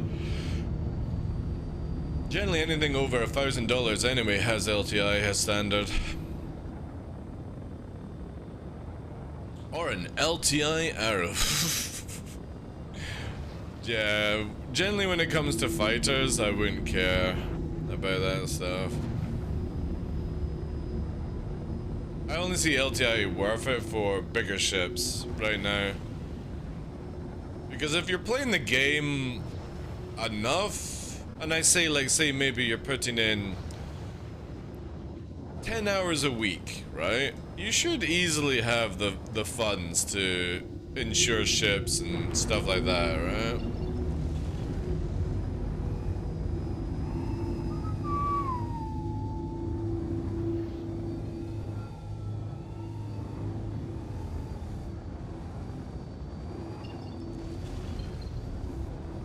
Wobbly wobbly.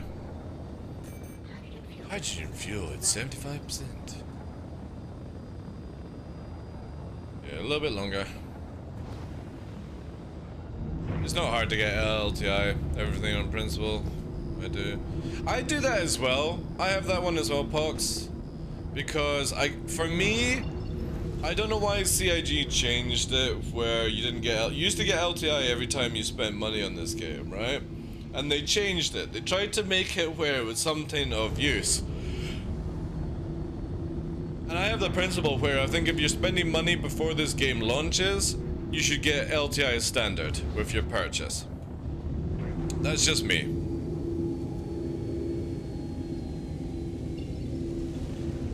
I really dislike the idea that they sell ships for 6 months and then at IE they sell the same ship for the same price and it's 120 months. That's really shitty of CIG, I feel. You know? They should give everything with LTI until this game goes to beta. That's just my opinion. Because you're making it out that it's something of important and it's not. It's just the principle of if I'm gonna spend money, I don't want to give a shit about insurance on a standard ship.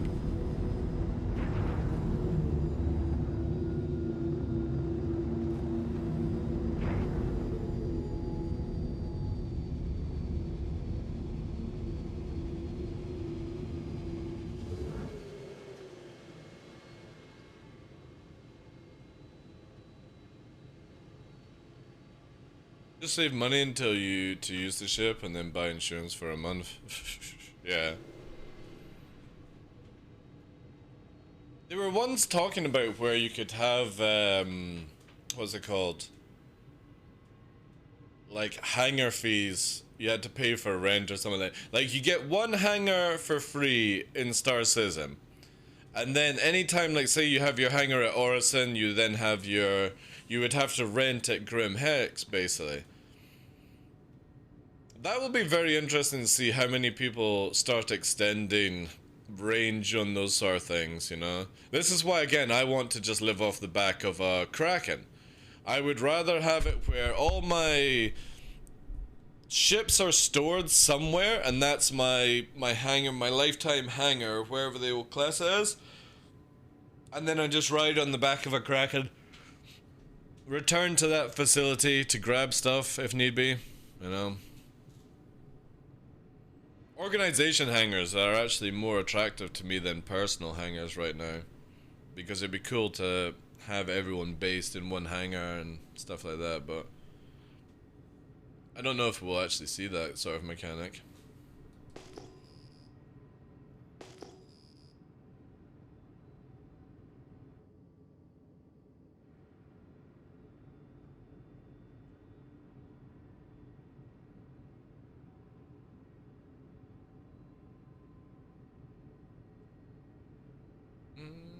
For the little guys, at least? Yeah. Again, they make it out that LTI is a big thing. It's not. If you're playing the game continuously, yeah, you wouldn't care.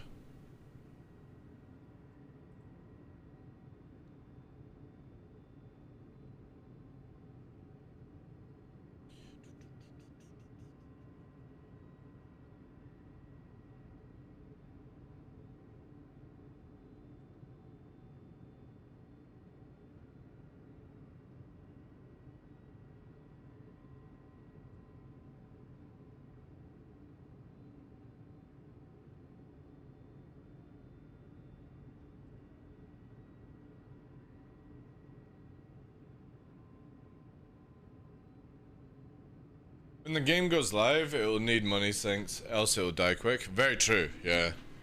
I don't think people realize that money sinks are super important to games like this. Because if you don't have something to spend your money on, you get bored, right? That's why original Jump Time was a lot of fun, I felt. Because it actually gave you that sense of, you know, if I spend this money and I lose it, I'm in a negative, basically. And the new Jump Town doesn't offer that, sadly. It does not offer that amazing vibe that you used to get, which was, I'm putting money in, I'm risking for the biscuit, basically, you know? And I want that back in Star Citizen. I hope Pyro gives you that sort of feeling.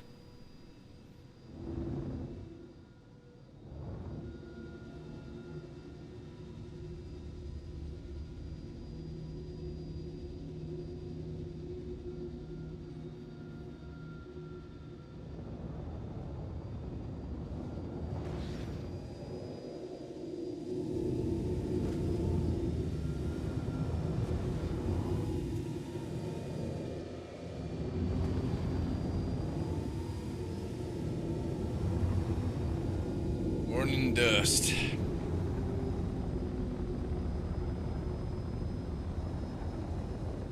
The great thing about hitting Prashad in this area at this time is that we get the sun on our back going through the valley system, and it has some fantastic shadows for doing this stuff. Unless they change it later. Well, that's always the thing with CIG and Star Citizen in general, is that even though we sort of go with the idea that we know, we actually don't know much, right? We really don't know much. What do we think?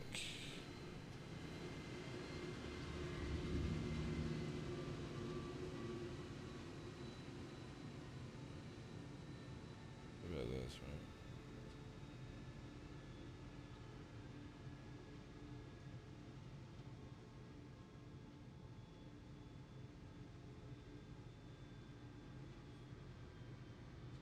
right? I'm just slowly falling. That's awesome. I don't know what to listen to, chat.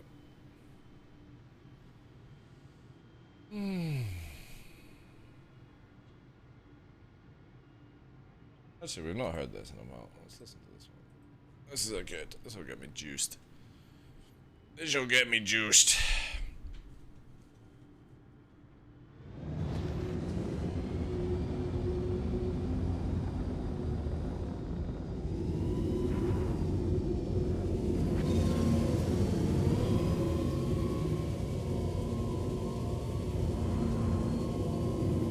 Do I mean with the shadow?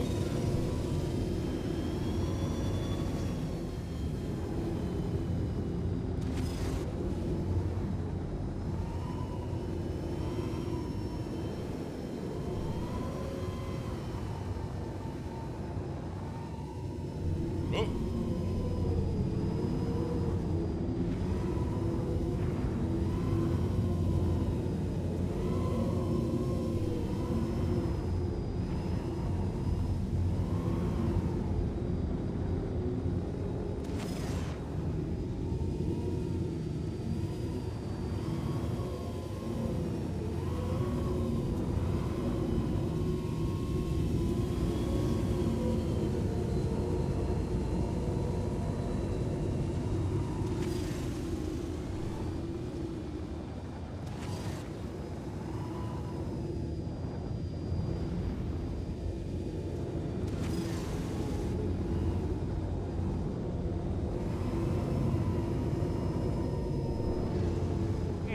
Slightly overrolling. I'm overrolling.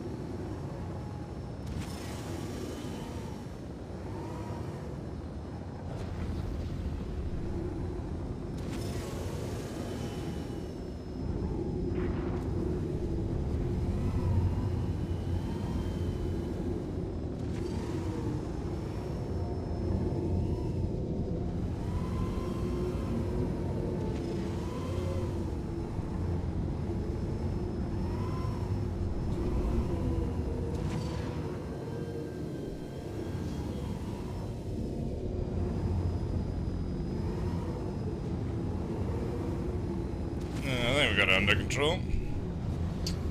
We have it a little bit more under control. Yeah, it was overrolling too much to the left a couple of times there. Is it banger? Yeah. I love Airwolf, right?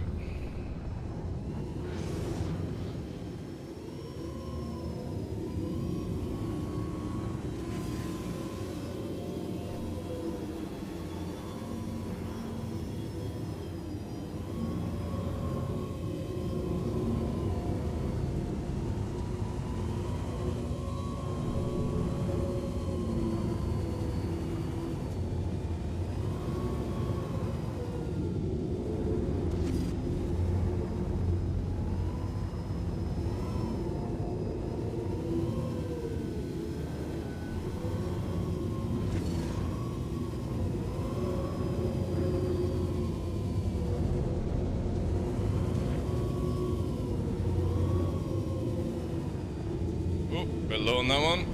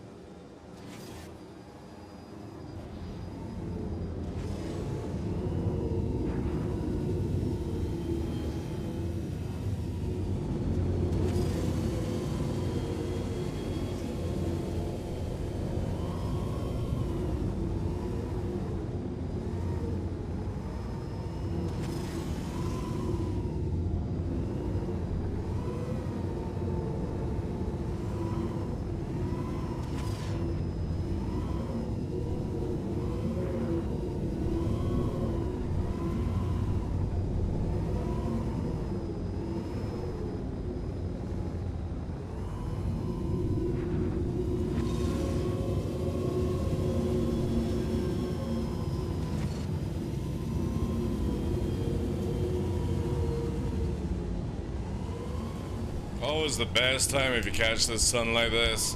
Less dust as well.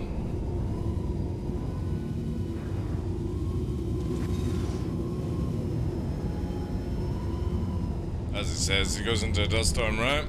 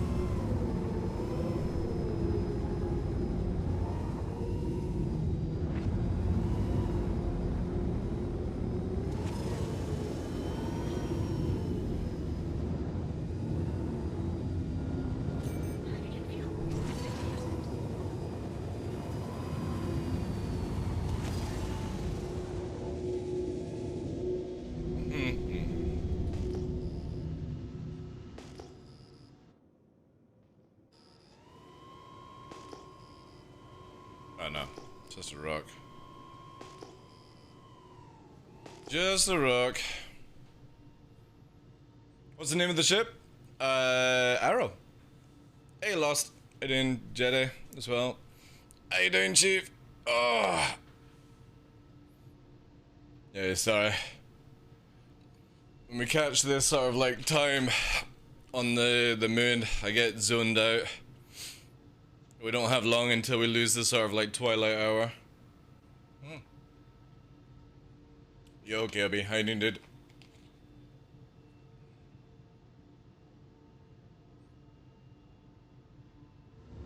Super early on.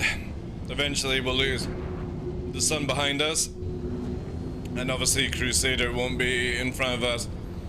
It's one of the best experiences, I think, for like low flying is when you've got that there and you've got your shadow chasing after you.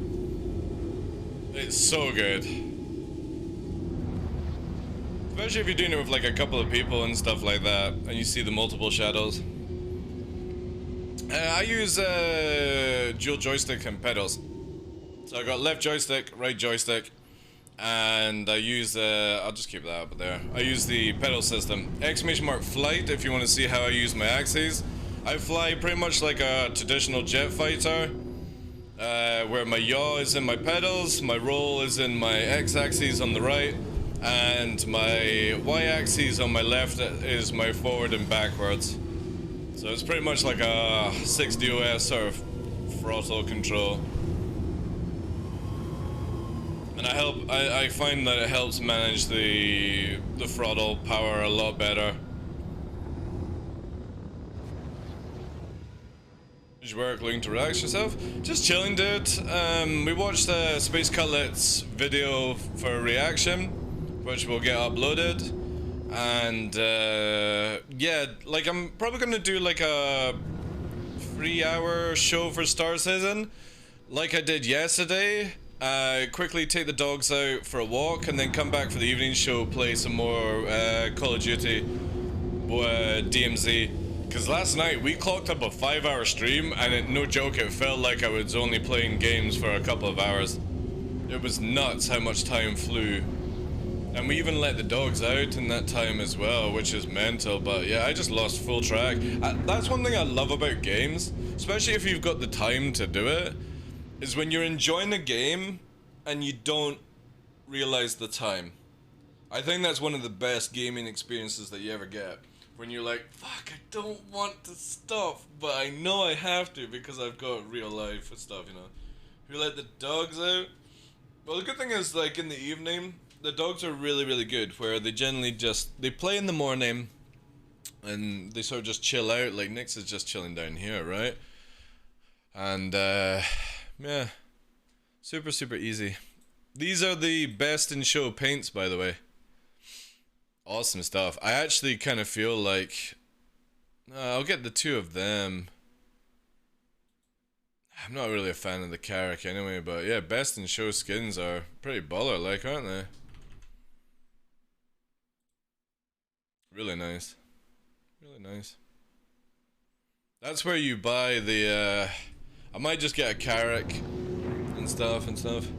How long on Star Citizen? Oh, I haven't been a backer since 2012, Jedi. So I am an over 10-year vet in this game. I don't even want to know how many hours I've got in the game.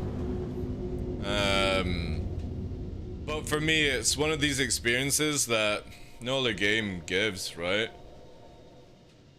I mean, yeah, you could go and play like Flight Simulator and you could get a really good FPS shooter, but when they're sort of combined and you have other things in sort of like an MMO sandbox environment,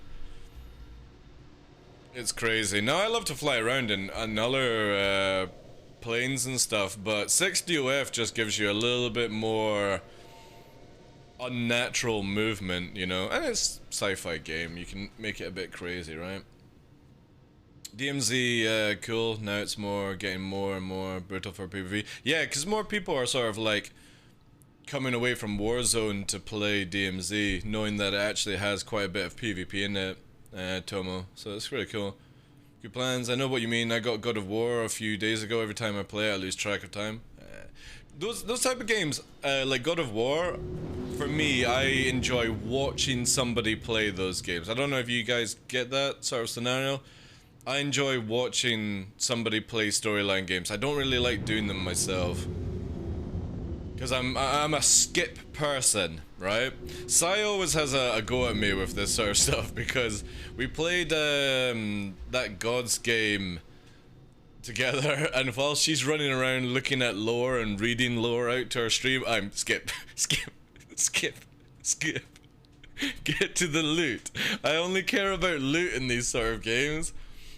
And yeah, I click through all that stuff. I started watching the Ragnarok cutscene. Dude, I watched that. Yeah. I watched that. It was so good. So I basically watched the one that showed you God of War, the previous one, right? All the cutscenes, and then I watched the 7 hour. It's like 14 hours or something like that, 18 hours in total of watching it, and it's like full-blown movies, dude. And the great thing is, you don't go, oh, I wonder what that was all about. The dialogue and the cutscenes in these games are really, really good now, you know, of a really high standard. I like to watch campaign games and play multiplayer. Yeah, I'm kind of like that as well, dude. For me, a big history of my gaming was 9 years straight in EVE Online. I missed out on games like World of Warcraft that I never played. I played some other things, but I never played really single-player games. And when people are like, oh, did you play this? It's like, or did you watch this? It's like, no. No, I was knee-high deep in fleet fights and talking to people on Roger Wilco and stuff like that, you know? Hey, Sona, thank you very much. Appreciate that, yeah. Yeah, this thing we've had over a year now, and it got to the point where it was quite long at one stage, or quite short, and this is sort of like where I'm happy with it, where it just sort of goes above the Adam's apple here. It does need a little trim though. It is starting to get a little bit dangly long for what I like there. Hey, Pantylist, Thunder Goose, welcome in. But yeah, I look back on images and stuff like that, and I'm like, man, I looked. One could only describe as a penis poking out of a foreskin, right? Especially when I lost all the weight. Obviously, we lost the weight and we put on the weight because I'm bulking. I'm losing the fat and bulking at the same time, which is a bit of a fucking mission to do. But it's working out really well. Maybe one day I'll be able to completely paint myself grey and put a red stripe over my face and roleplay as Kratos. Hey, Nightbee. Looking forward to playing that and getting the content running around. Wee tidbits, yeah. Adult newborn, yeah, exactly, yeah. Dude, no joke, right? So my favorite MOBA is Dota 2. And through 1 year of waiting for Star Citizen, I think it was 2013, 2014, there wasn't much to do in Star Citizen. There was the, Dogfighter module, but we didn't have the PU sort of at this stage. I spent 1,500 hours plus on Dota, and I lost I lost a good year of my life, I think, in that sort of time. I was just playing matches, climbing the MMR, raging, and at one point I was like, I have to put it down because I'm not getting anything done, you know. I played a bit of League of Legends, but after playing Dota for so many hours, it just doesn't cut it for me, you know. When you can break up the map on Dota, it sort of wins, but yeah. I wish there was like a new sort of MOBA game sort of coming out, but I kind of feel like all these games that they design just flop because of how good Dota and League are and stuff, you know. Because you don't really hear about the Blizzard one, do you? Like, nobody ever mentions the one where you all level up at the same time, you know. I put 3k hours into Smite. Smite's another good one, yeah. I played Smite a bit, but obviously, again, it always goes back to, oh, I've played so much Dota that it just doesn't compare to it, and you kind of like... The other one, right? What was the one that was like Smite? I actually bought the Founders Pack, and it was on the first, like, game on Epic Game Store, and they actually gave me the full money back. The one where you're, like, third-person FPS-ing. Predecessor, yeah. That one, before it got shit-canned, was so good. I loved that one. Or yeah, the predecessor is the new one that they've brought out. Like, some other company's taken over. But before that got shit-canned, I thought that was going to be my next MOBA, but it just flopped.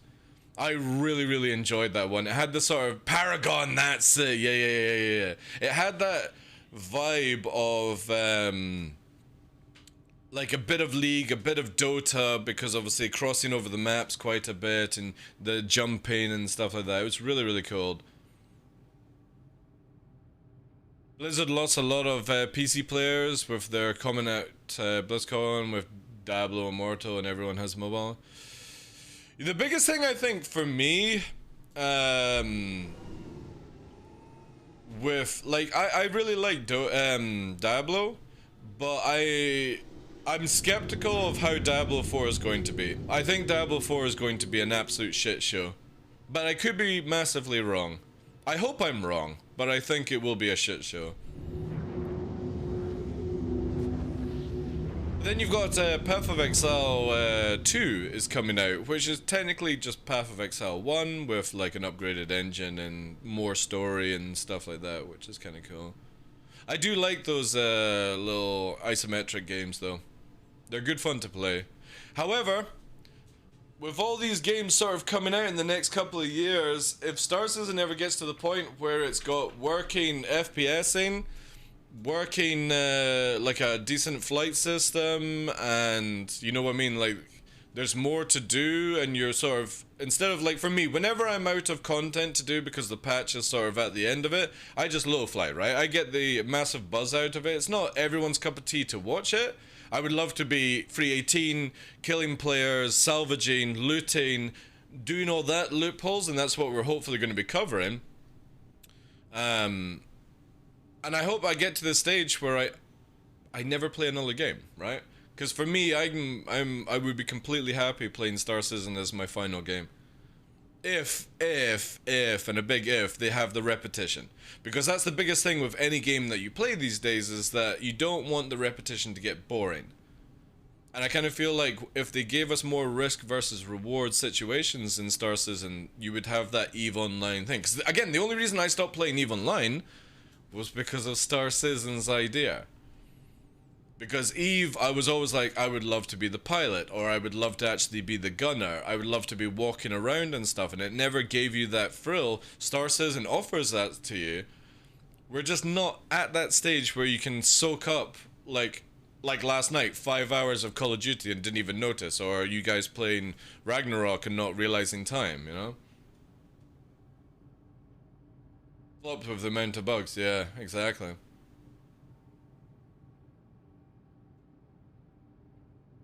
I think eventually I'll burn out solo. Oh yeah. If you, right, no joke guys, if you're somebody that plays hardcore games, and I'm not going to say hardcore as you're a sweat, let's go with hardcore and softcore, or casual and hardcore as time that you've got.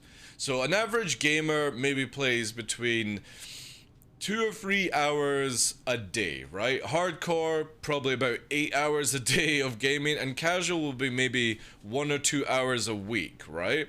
If something like that. For me, I generally feel that casual and average time-based players for this game will be fine solo, but the hardcore will have to find groups, or you'll lose interest in this game very, very fast, you know? I fell in love lately with Hunt Showdown. Yeah, Hunt Showdown's a really good game. But it's one of these games that freaks you out because everything, it's like, who's that? Who's that? You hear creaks, everything's like, player? And you're fucking sitting there going, is that somebody there? You know? And it could just be a zombie or something moving around. I kind of wish, no joke, if they made Hunt Showdown DMZ, like Call of Duty DMZ, it would be so good. It would be like Hunt Showdown Tarkov, basically. I know there's that mode where you go in with nothing and you sort of play a mini DMZ sort of thing, but Tarkov Hunt Showdown would be an insane game. It would be so freaky. And I think it would actually do really well in today's sort of market, because Battle Royale games are really, really sort of becoming shit, right? Everyone's wanting this sort of like half Tarkov kind of style game, half Battle Royale, and it definitely does better than what we're used to, you know. But I mean, with groups, rush them. Like, this is the thing, it's so difficult to get into a group in Star Citizen right now, because for example, like my organization, QQOP, we do a lot of killing, but also everyone is mature, adult, kids, family, all these sort of things, and we understand that that's more important than playing the game. And we only ever get hardcore in Star Citizen when there is something to constantly keep playing with each other in the game and stuff. And when it gets quiet, people are just playing other games like classic WoW, or myself, Call of Duty.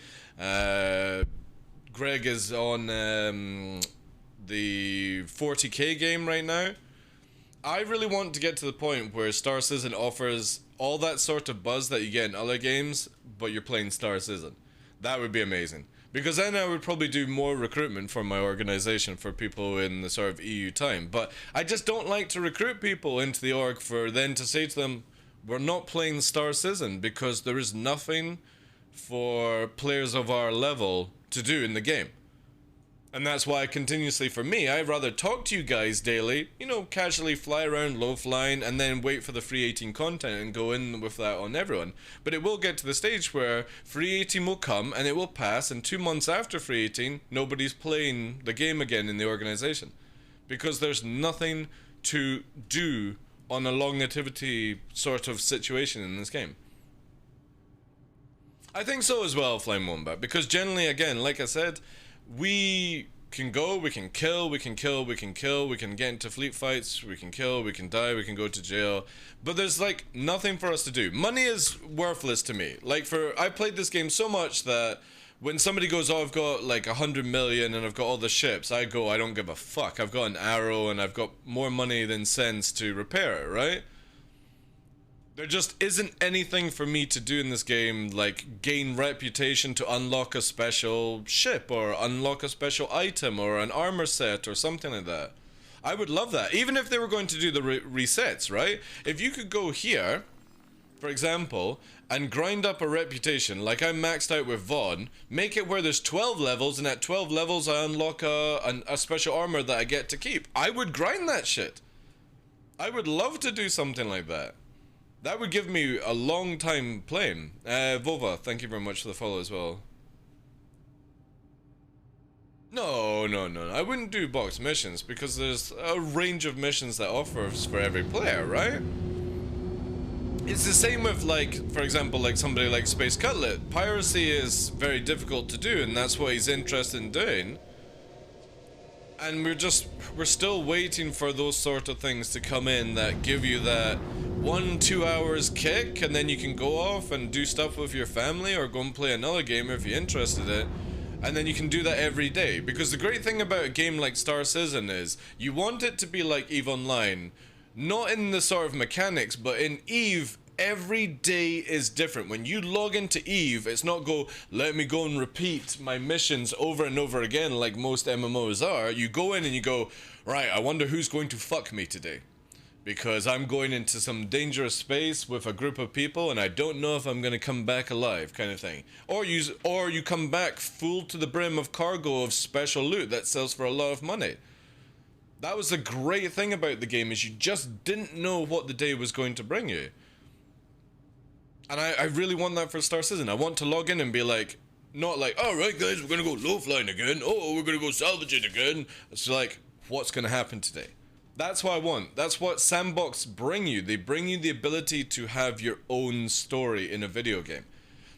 Games that create, like Squadron 42, you're playing a character, a design of a developer or CEO or whatever, Chris Roberts, his idea of what he wants to have in a storyline.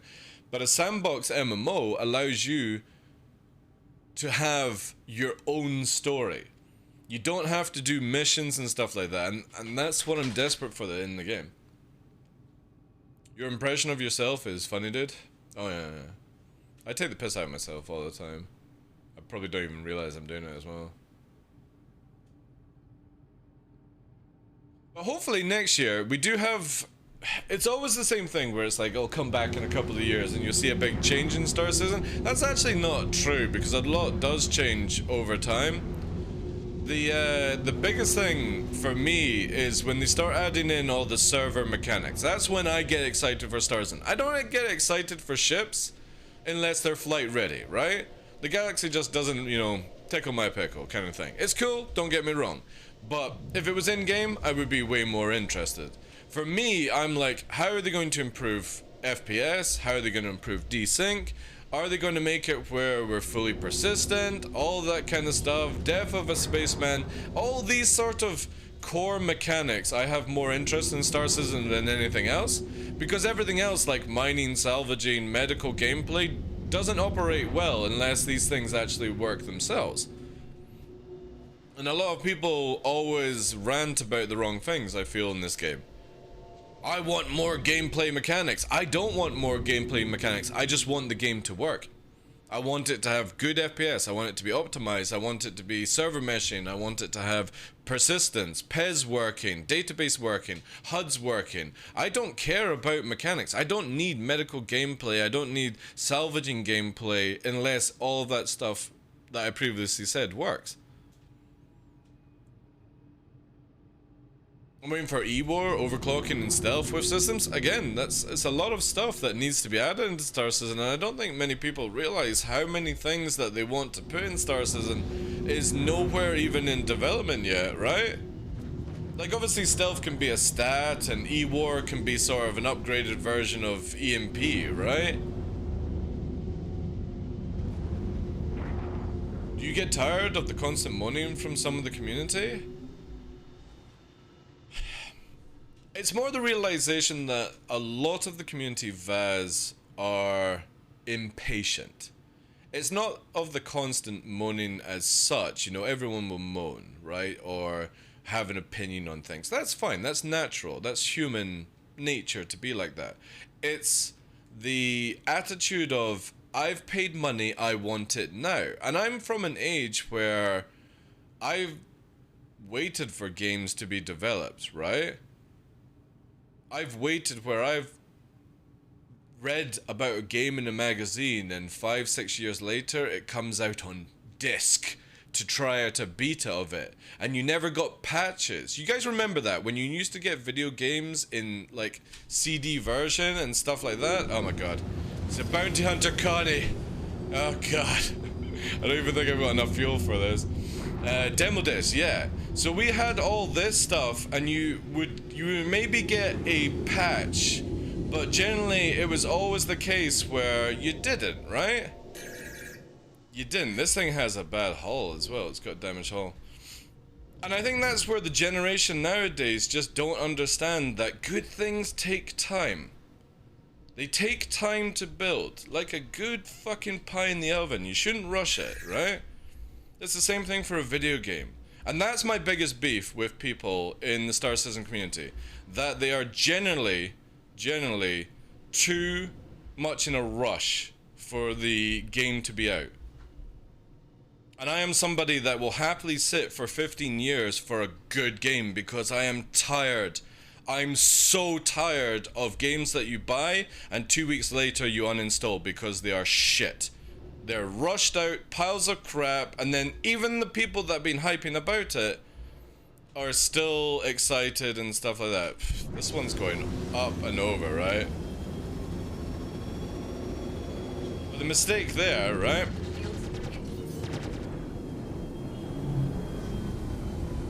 Mistake there, chat, is now we're in position. It's only got one gunner, right? So long as we stay on this face, we're good.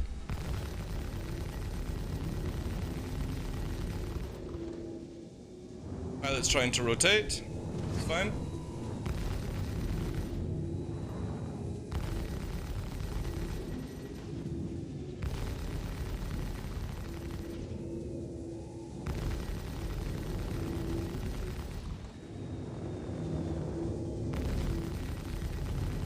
At least he's got a gunner. I'll give him that, right?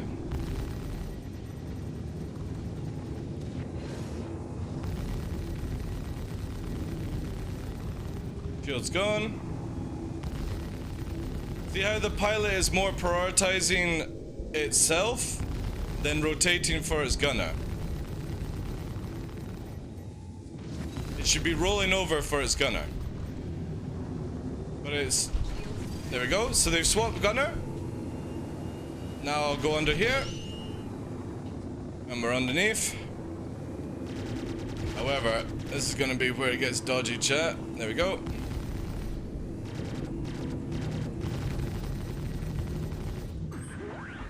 Now we'll just stay here. Get our shields back. Come on, shields. There we go. Now the gunner's gonna have to swap because I'm locked in.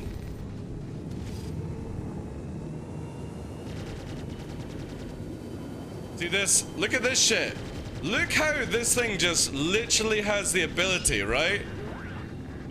This is what crazy stuff in atmosphere, right? And we'll go for this as well. Right? It literally had the power to fucking spin around. On me. I'm in an arrow.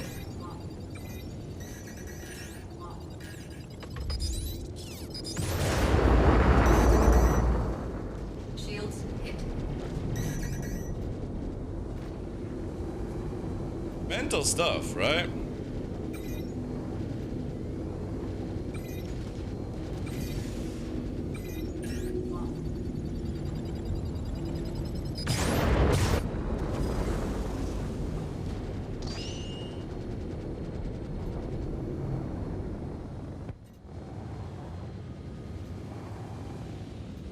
Oh, there we go.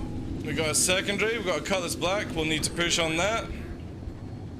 So now we're in a 2v or a 1v3 right now. 1v3. Because this might have. We gotta watch everything now, sadly.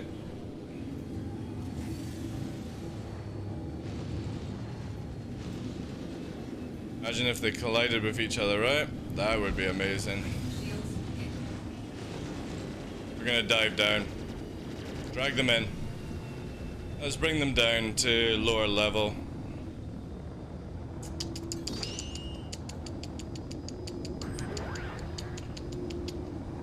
But yeah, Connie's out turning fucking arrows in atmosphere.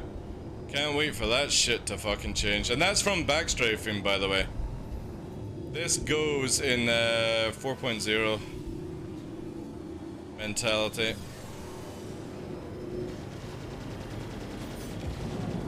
Oh, we're doing so much damage. Oh, that's not good. Oh. That's not good. We got the Connie coming in now. We can get a bit of space on the Connie. We need to drag a little bit here. We'll drag them, we'll drag them, we'll drag them. Connie's staying high, right?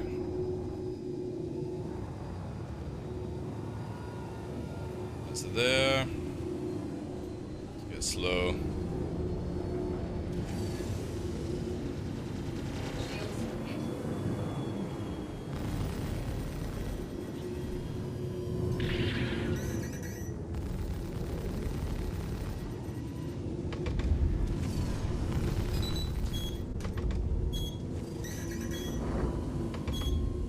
Oh my god, I can't shift the fucking thing.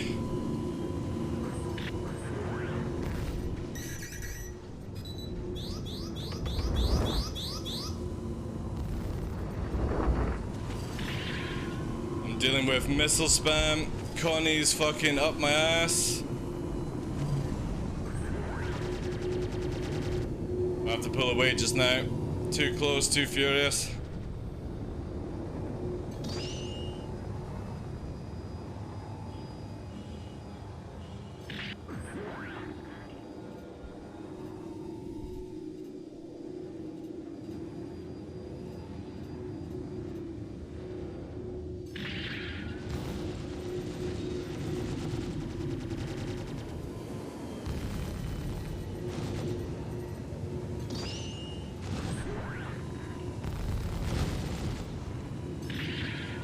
We got it nicely tight here.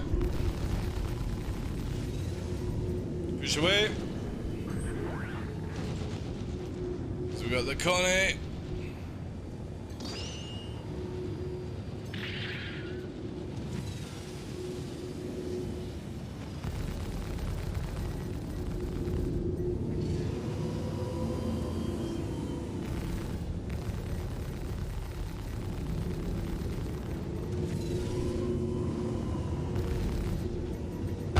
Splash one.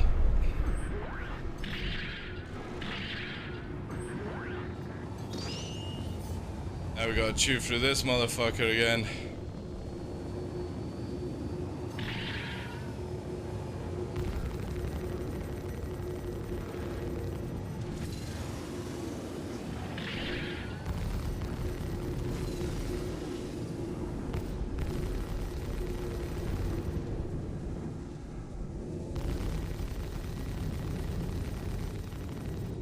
We're going to top turret again. Let's get our afterburners up.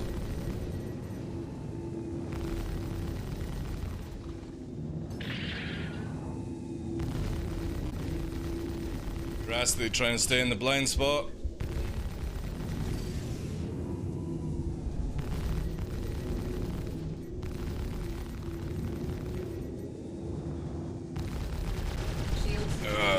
Fucking shield holes. Fucking shield holes!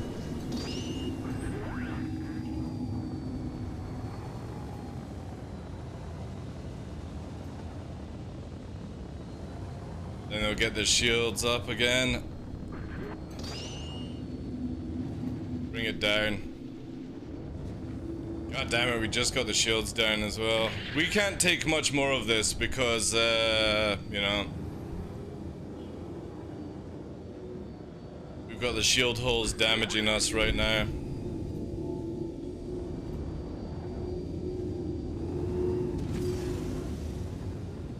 That rear shield is not coming up though. Let's keep playing this way.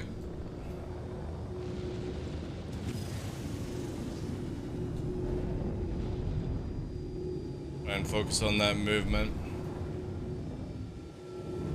Shield's coming up now, right? See if I can cut through and up.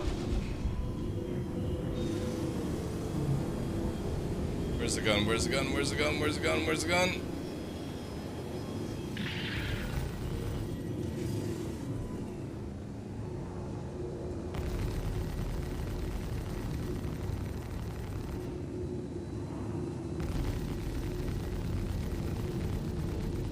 Come on, girl. Turrets up.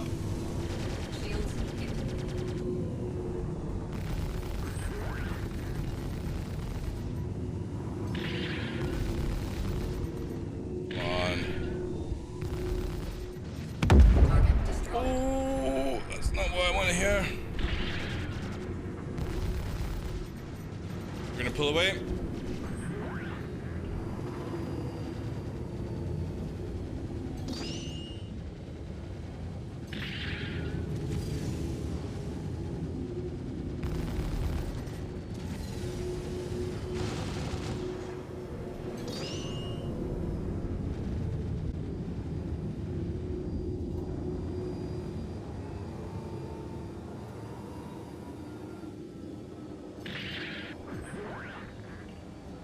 Again, their shields up.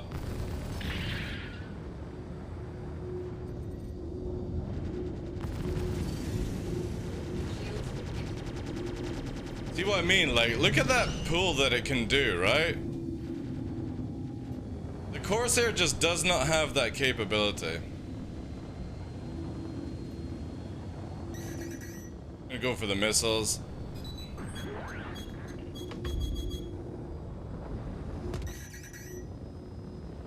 Alright, we're at that sort of situation. It's got its shields back up again.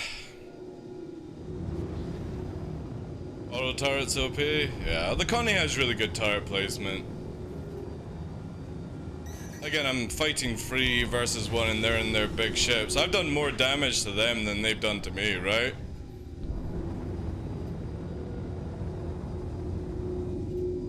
This gunner fucking shooting at 3,000, you know?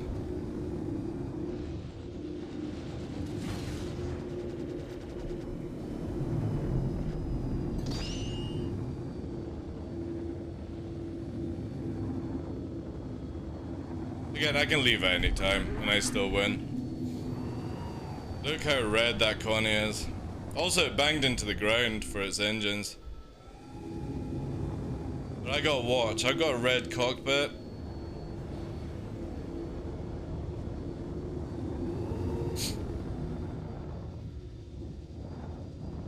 Only better than Corsair. Oh yeah, definitely right now, eh?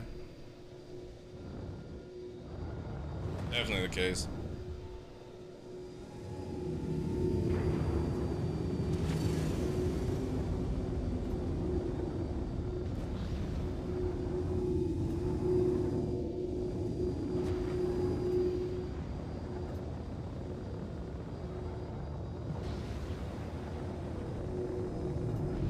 If I had a secondary ship, we could easily do this. If I've got it this badly damaged by myself, I just need another ship to do damage. Also, we're at 25% now. We're probably gonna have to bail out on this.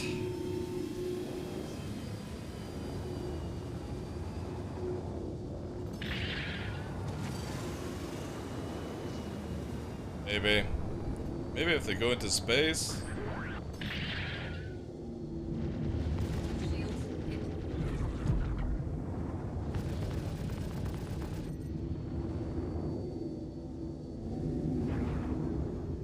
I think they're going, right?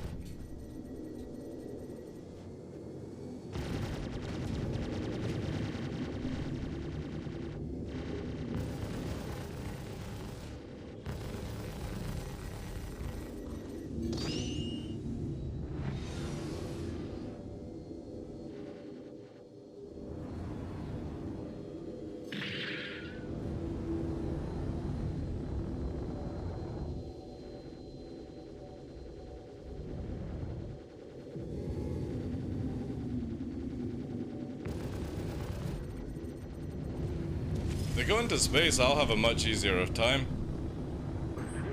I know. And there we go. Alright, 3 versus 1. We hold the field. And let's go out and get some candy.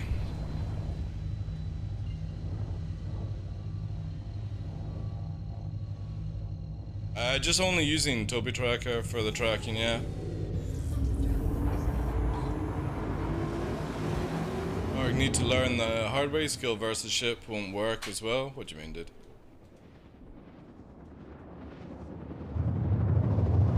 Ship armor isn't going to be in this game full stop Flying Wombat, because they literally have, the way they have to do it is rework all the ships all over again. So yeah. Yeah. Toby is good, yeah. You might as well forget about armor, right?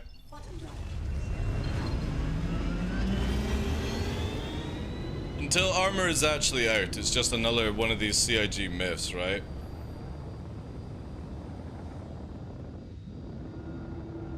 It's really good at tracking, actually.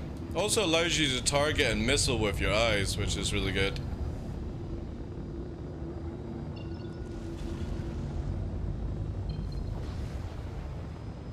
How's the AI in Warzone? Fuck off.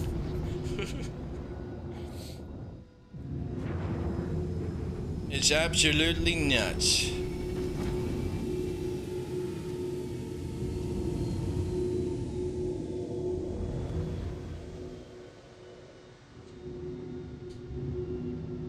So what's our time? We are getting to the point. Yeah, we had way more HP than I thought.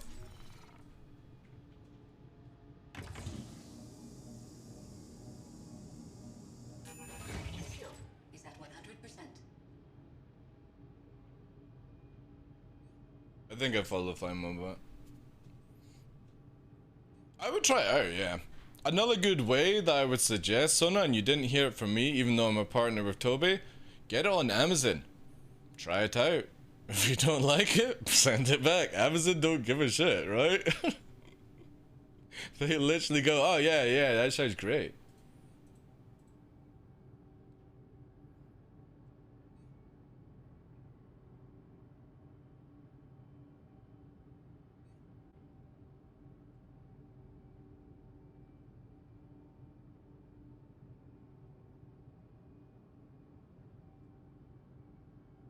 Dark, thoughts on the blade? The blade's actually really, really good, right? It's good flight, it's good capabilities. The biggest issue with the blade, for me, is the visible aid that you have. I'm somebody that very much flies, not based on my dials and my heading, but the ability to watch my opponent's movement. Because even if you're following a pip and stuff, like with that Connie, I could get into its blind spot occasionally, and that is because I'm able to literally watch as I'm flying. So, a ship that doesn't have the ability to look around in it, especially for a light fighter, I just don't like. That's just a personal taste, right? But it's good. It's got good burst. It's great flight ability. I would have to judge it again when we get the next cockpit for it, you know? Any idea if you can disable man turrets on all ships? You can. Yeah. Just shoot them. Yeah. You can disable them all. You normally can target it and stuff like that. I would have loved to have been able to do that because, again, if, say I had a wingman with me that could distract the Connie or the gunner, you go in and you shoot the turret on ships now and they stop aligning. They can't shoot, they can't turn, and it's just funny as hell when it happens. I like my Toby in space, can't get used to it in FPS. Those things just take a wee while, right? They just do take a wee while. Hey, oh no, good afternoon to you, Chief. How you doing, sir? But that was a good test. That shows you that even when you've got a cutlass and you've got a crude Connie on you, if you just situation aware a bit more, you can kill maybe one. I mean, again, we did. I kind of think we pulled off that really nicely. We killed the cutlass. We got shot at by multiple missiles, and we put serious injury into the Connie, where it even crashed into the ground slightly. It didn't explode. That would have been amazing. You know? I'm waking up from a weird dream of being a dwarf under the ground and shooting spider monsters. Have you been playing that dwarf game, Ondo, recently? Maybe that would be it. I like gimbal weapons. Gimbal weapons are a bit sort of, meh. Rocket stowed.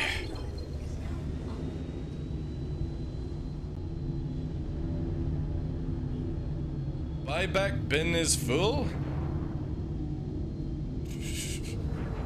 Alright. Is a Gladius as agile as a Saber in heavy atmosphere? Because it seems to have the same terming circles me. Saber has one of the best combat capabilities in heavy atmosphere. It's better than the Gladius. Gladius is more for space. Saber has this really good unique ability of being really good in hard atmosphere. But no, you don't have an advantage on turning. Arrow doesn't even have an advantage of turning on Saber if you do it correctly. The only one is the car to all, but the thing is though is the car to all can't deal with the frontal damage of a Saber. It gets absolutely riddled, and then it goes in and it dies. Landing gear deployed. I've yet to lose my Saber to a car to all in hard atmosphere. Again, it's just one pass, and there's so much damage that comes from the Saber. If you land your shots, the Cartol's in a very bad state. Another ice skating practice done, my bones are frozen. Ah, nice. You planning for the Olympics, are you, Puppeteer?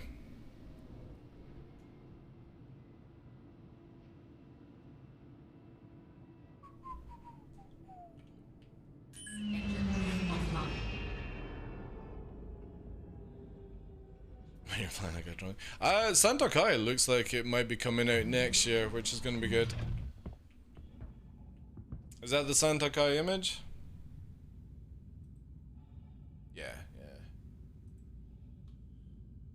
Everyone will be flying that bad boy when it comes out. I hope it's in the new flight style that'll probably show you off what it'll be like. Oh, by the way, Vaz, I can't upload your reaction. You'll have, like, it's on the VOD, but the VOD got copyright strike to fucking shit and back, so I can't put that video on my main channel, sadly.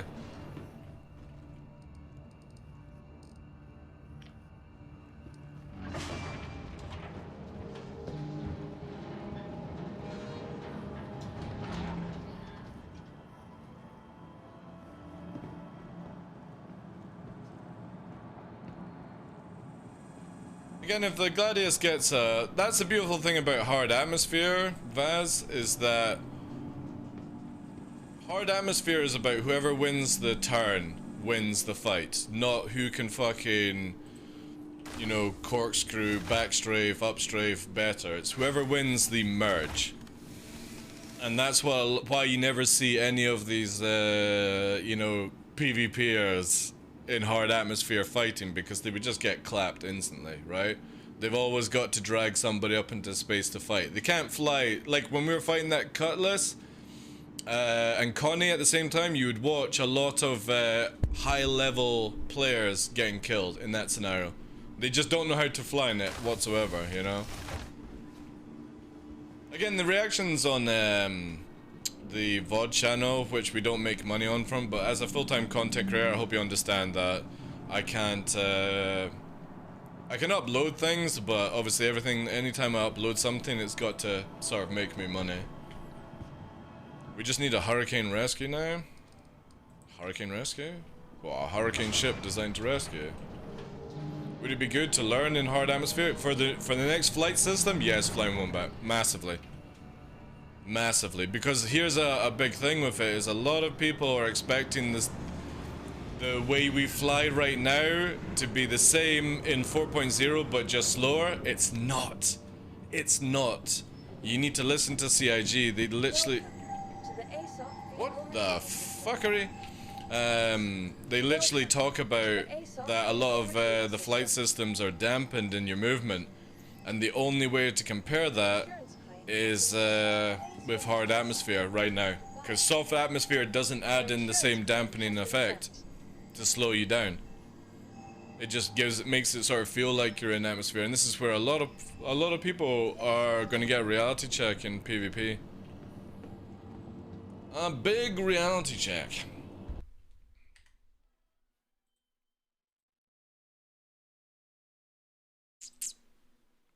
Alright, let's get those details.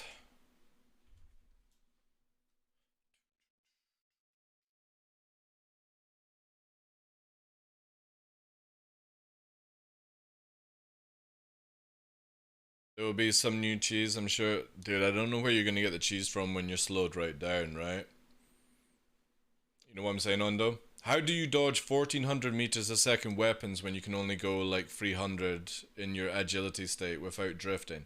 Because that's the thing, when you go over SEM, you're going to drift. You're not going to be able to just turn around and do what we do right now. You're going to drift massively, because that's the dampening effect. You go in one direction, you can't come back fast. This is how we used to have the game, actually, and then how it played out, right? So if you want to stay as agile as you are right now, you have to stay under SEM speed to be able to use Afterburner, manipulate Afterburner like that. How are you going to cheese when you can't tricord and do all that shit, dude? You know what I mean? You're going to have to actually, you don't engage somebody until you're right behind them. And that doesn't require cheesing, that just requires you to think, right?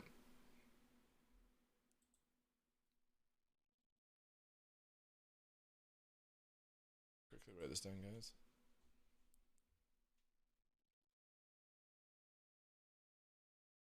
Drifting is definitely going to increase. You've seen it in the videos. Like, it's not like I'm making up shit. You can literally see it in the videos of CitizenCon. The ships are drifting because they're over SEM speed.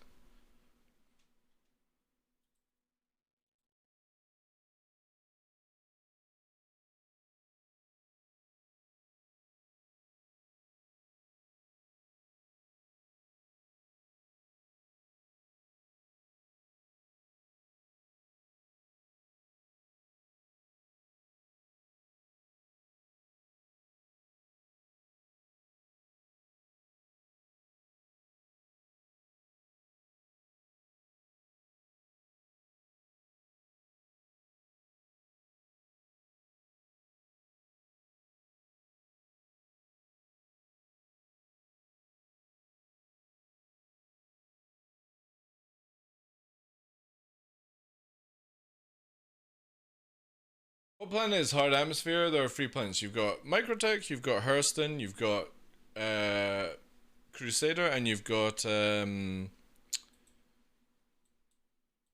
ArtCorp. ArtCorp. And yeah. That's the best places to learn. Microtech or Hurston. That will give you the best idea at the future of what it's going to be like in a dampening effect, where you're wiggling, back strafing, all that shit goes right out the window when you can't do it. And I would imagine it's going to be even harder in atmosphere as well, which will be super, super dope. Super dope, champ. Anyway, guys, that is us for the morning show. Again, I'm doing 3 hours for Star Citizen. Then I'm going to get out for a walk, get some fresh air, get some food. And then we're going to come back with the earlier evening show with some more Warzone. I'm going to play some more DMZ with the boys, or if any of you guys are wanting to join in, if I need a spare, would massively appreciate it. But thank you very much for spending some time with me. What are we on right now? Oh yeah, we've got some numbers we can raid. I never like to raid people when I'm in the evening shows, because I sort of feel like, you know, there's just no need. But yeah, let's send you on to somebody in the Star Citizen community. What the fuck? I don't even see myself in the Star Citizen list. Am I in the Star Citizen category? Did I not have myself in the Star Citizen category? Why do I not see myself? Oh my god, I'm being cancelled. Who can we go to? Oh, you're welcome, Sona. Appreciate you guys for being here. Catch you later, people. Yeah. Is more doors on again? Cutlet's not on.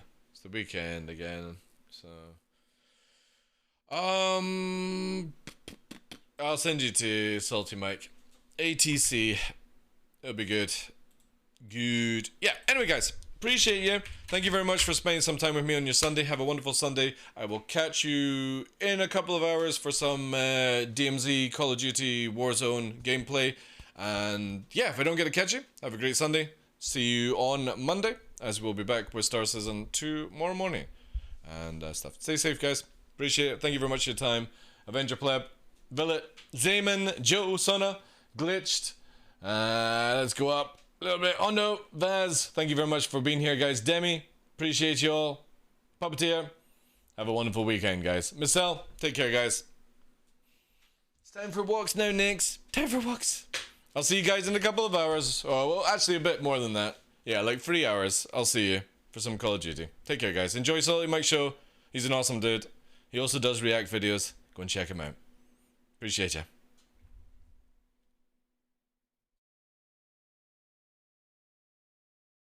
So Blasty, thank you very much for the gift subs, dude. Thank you.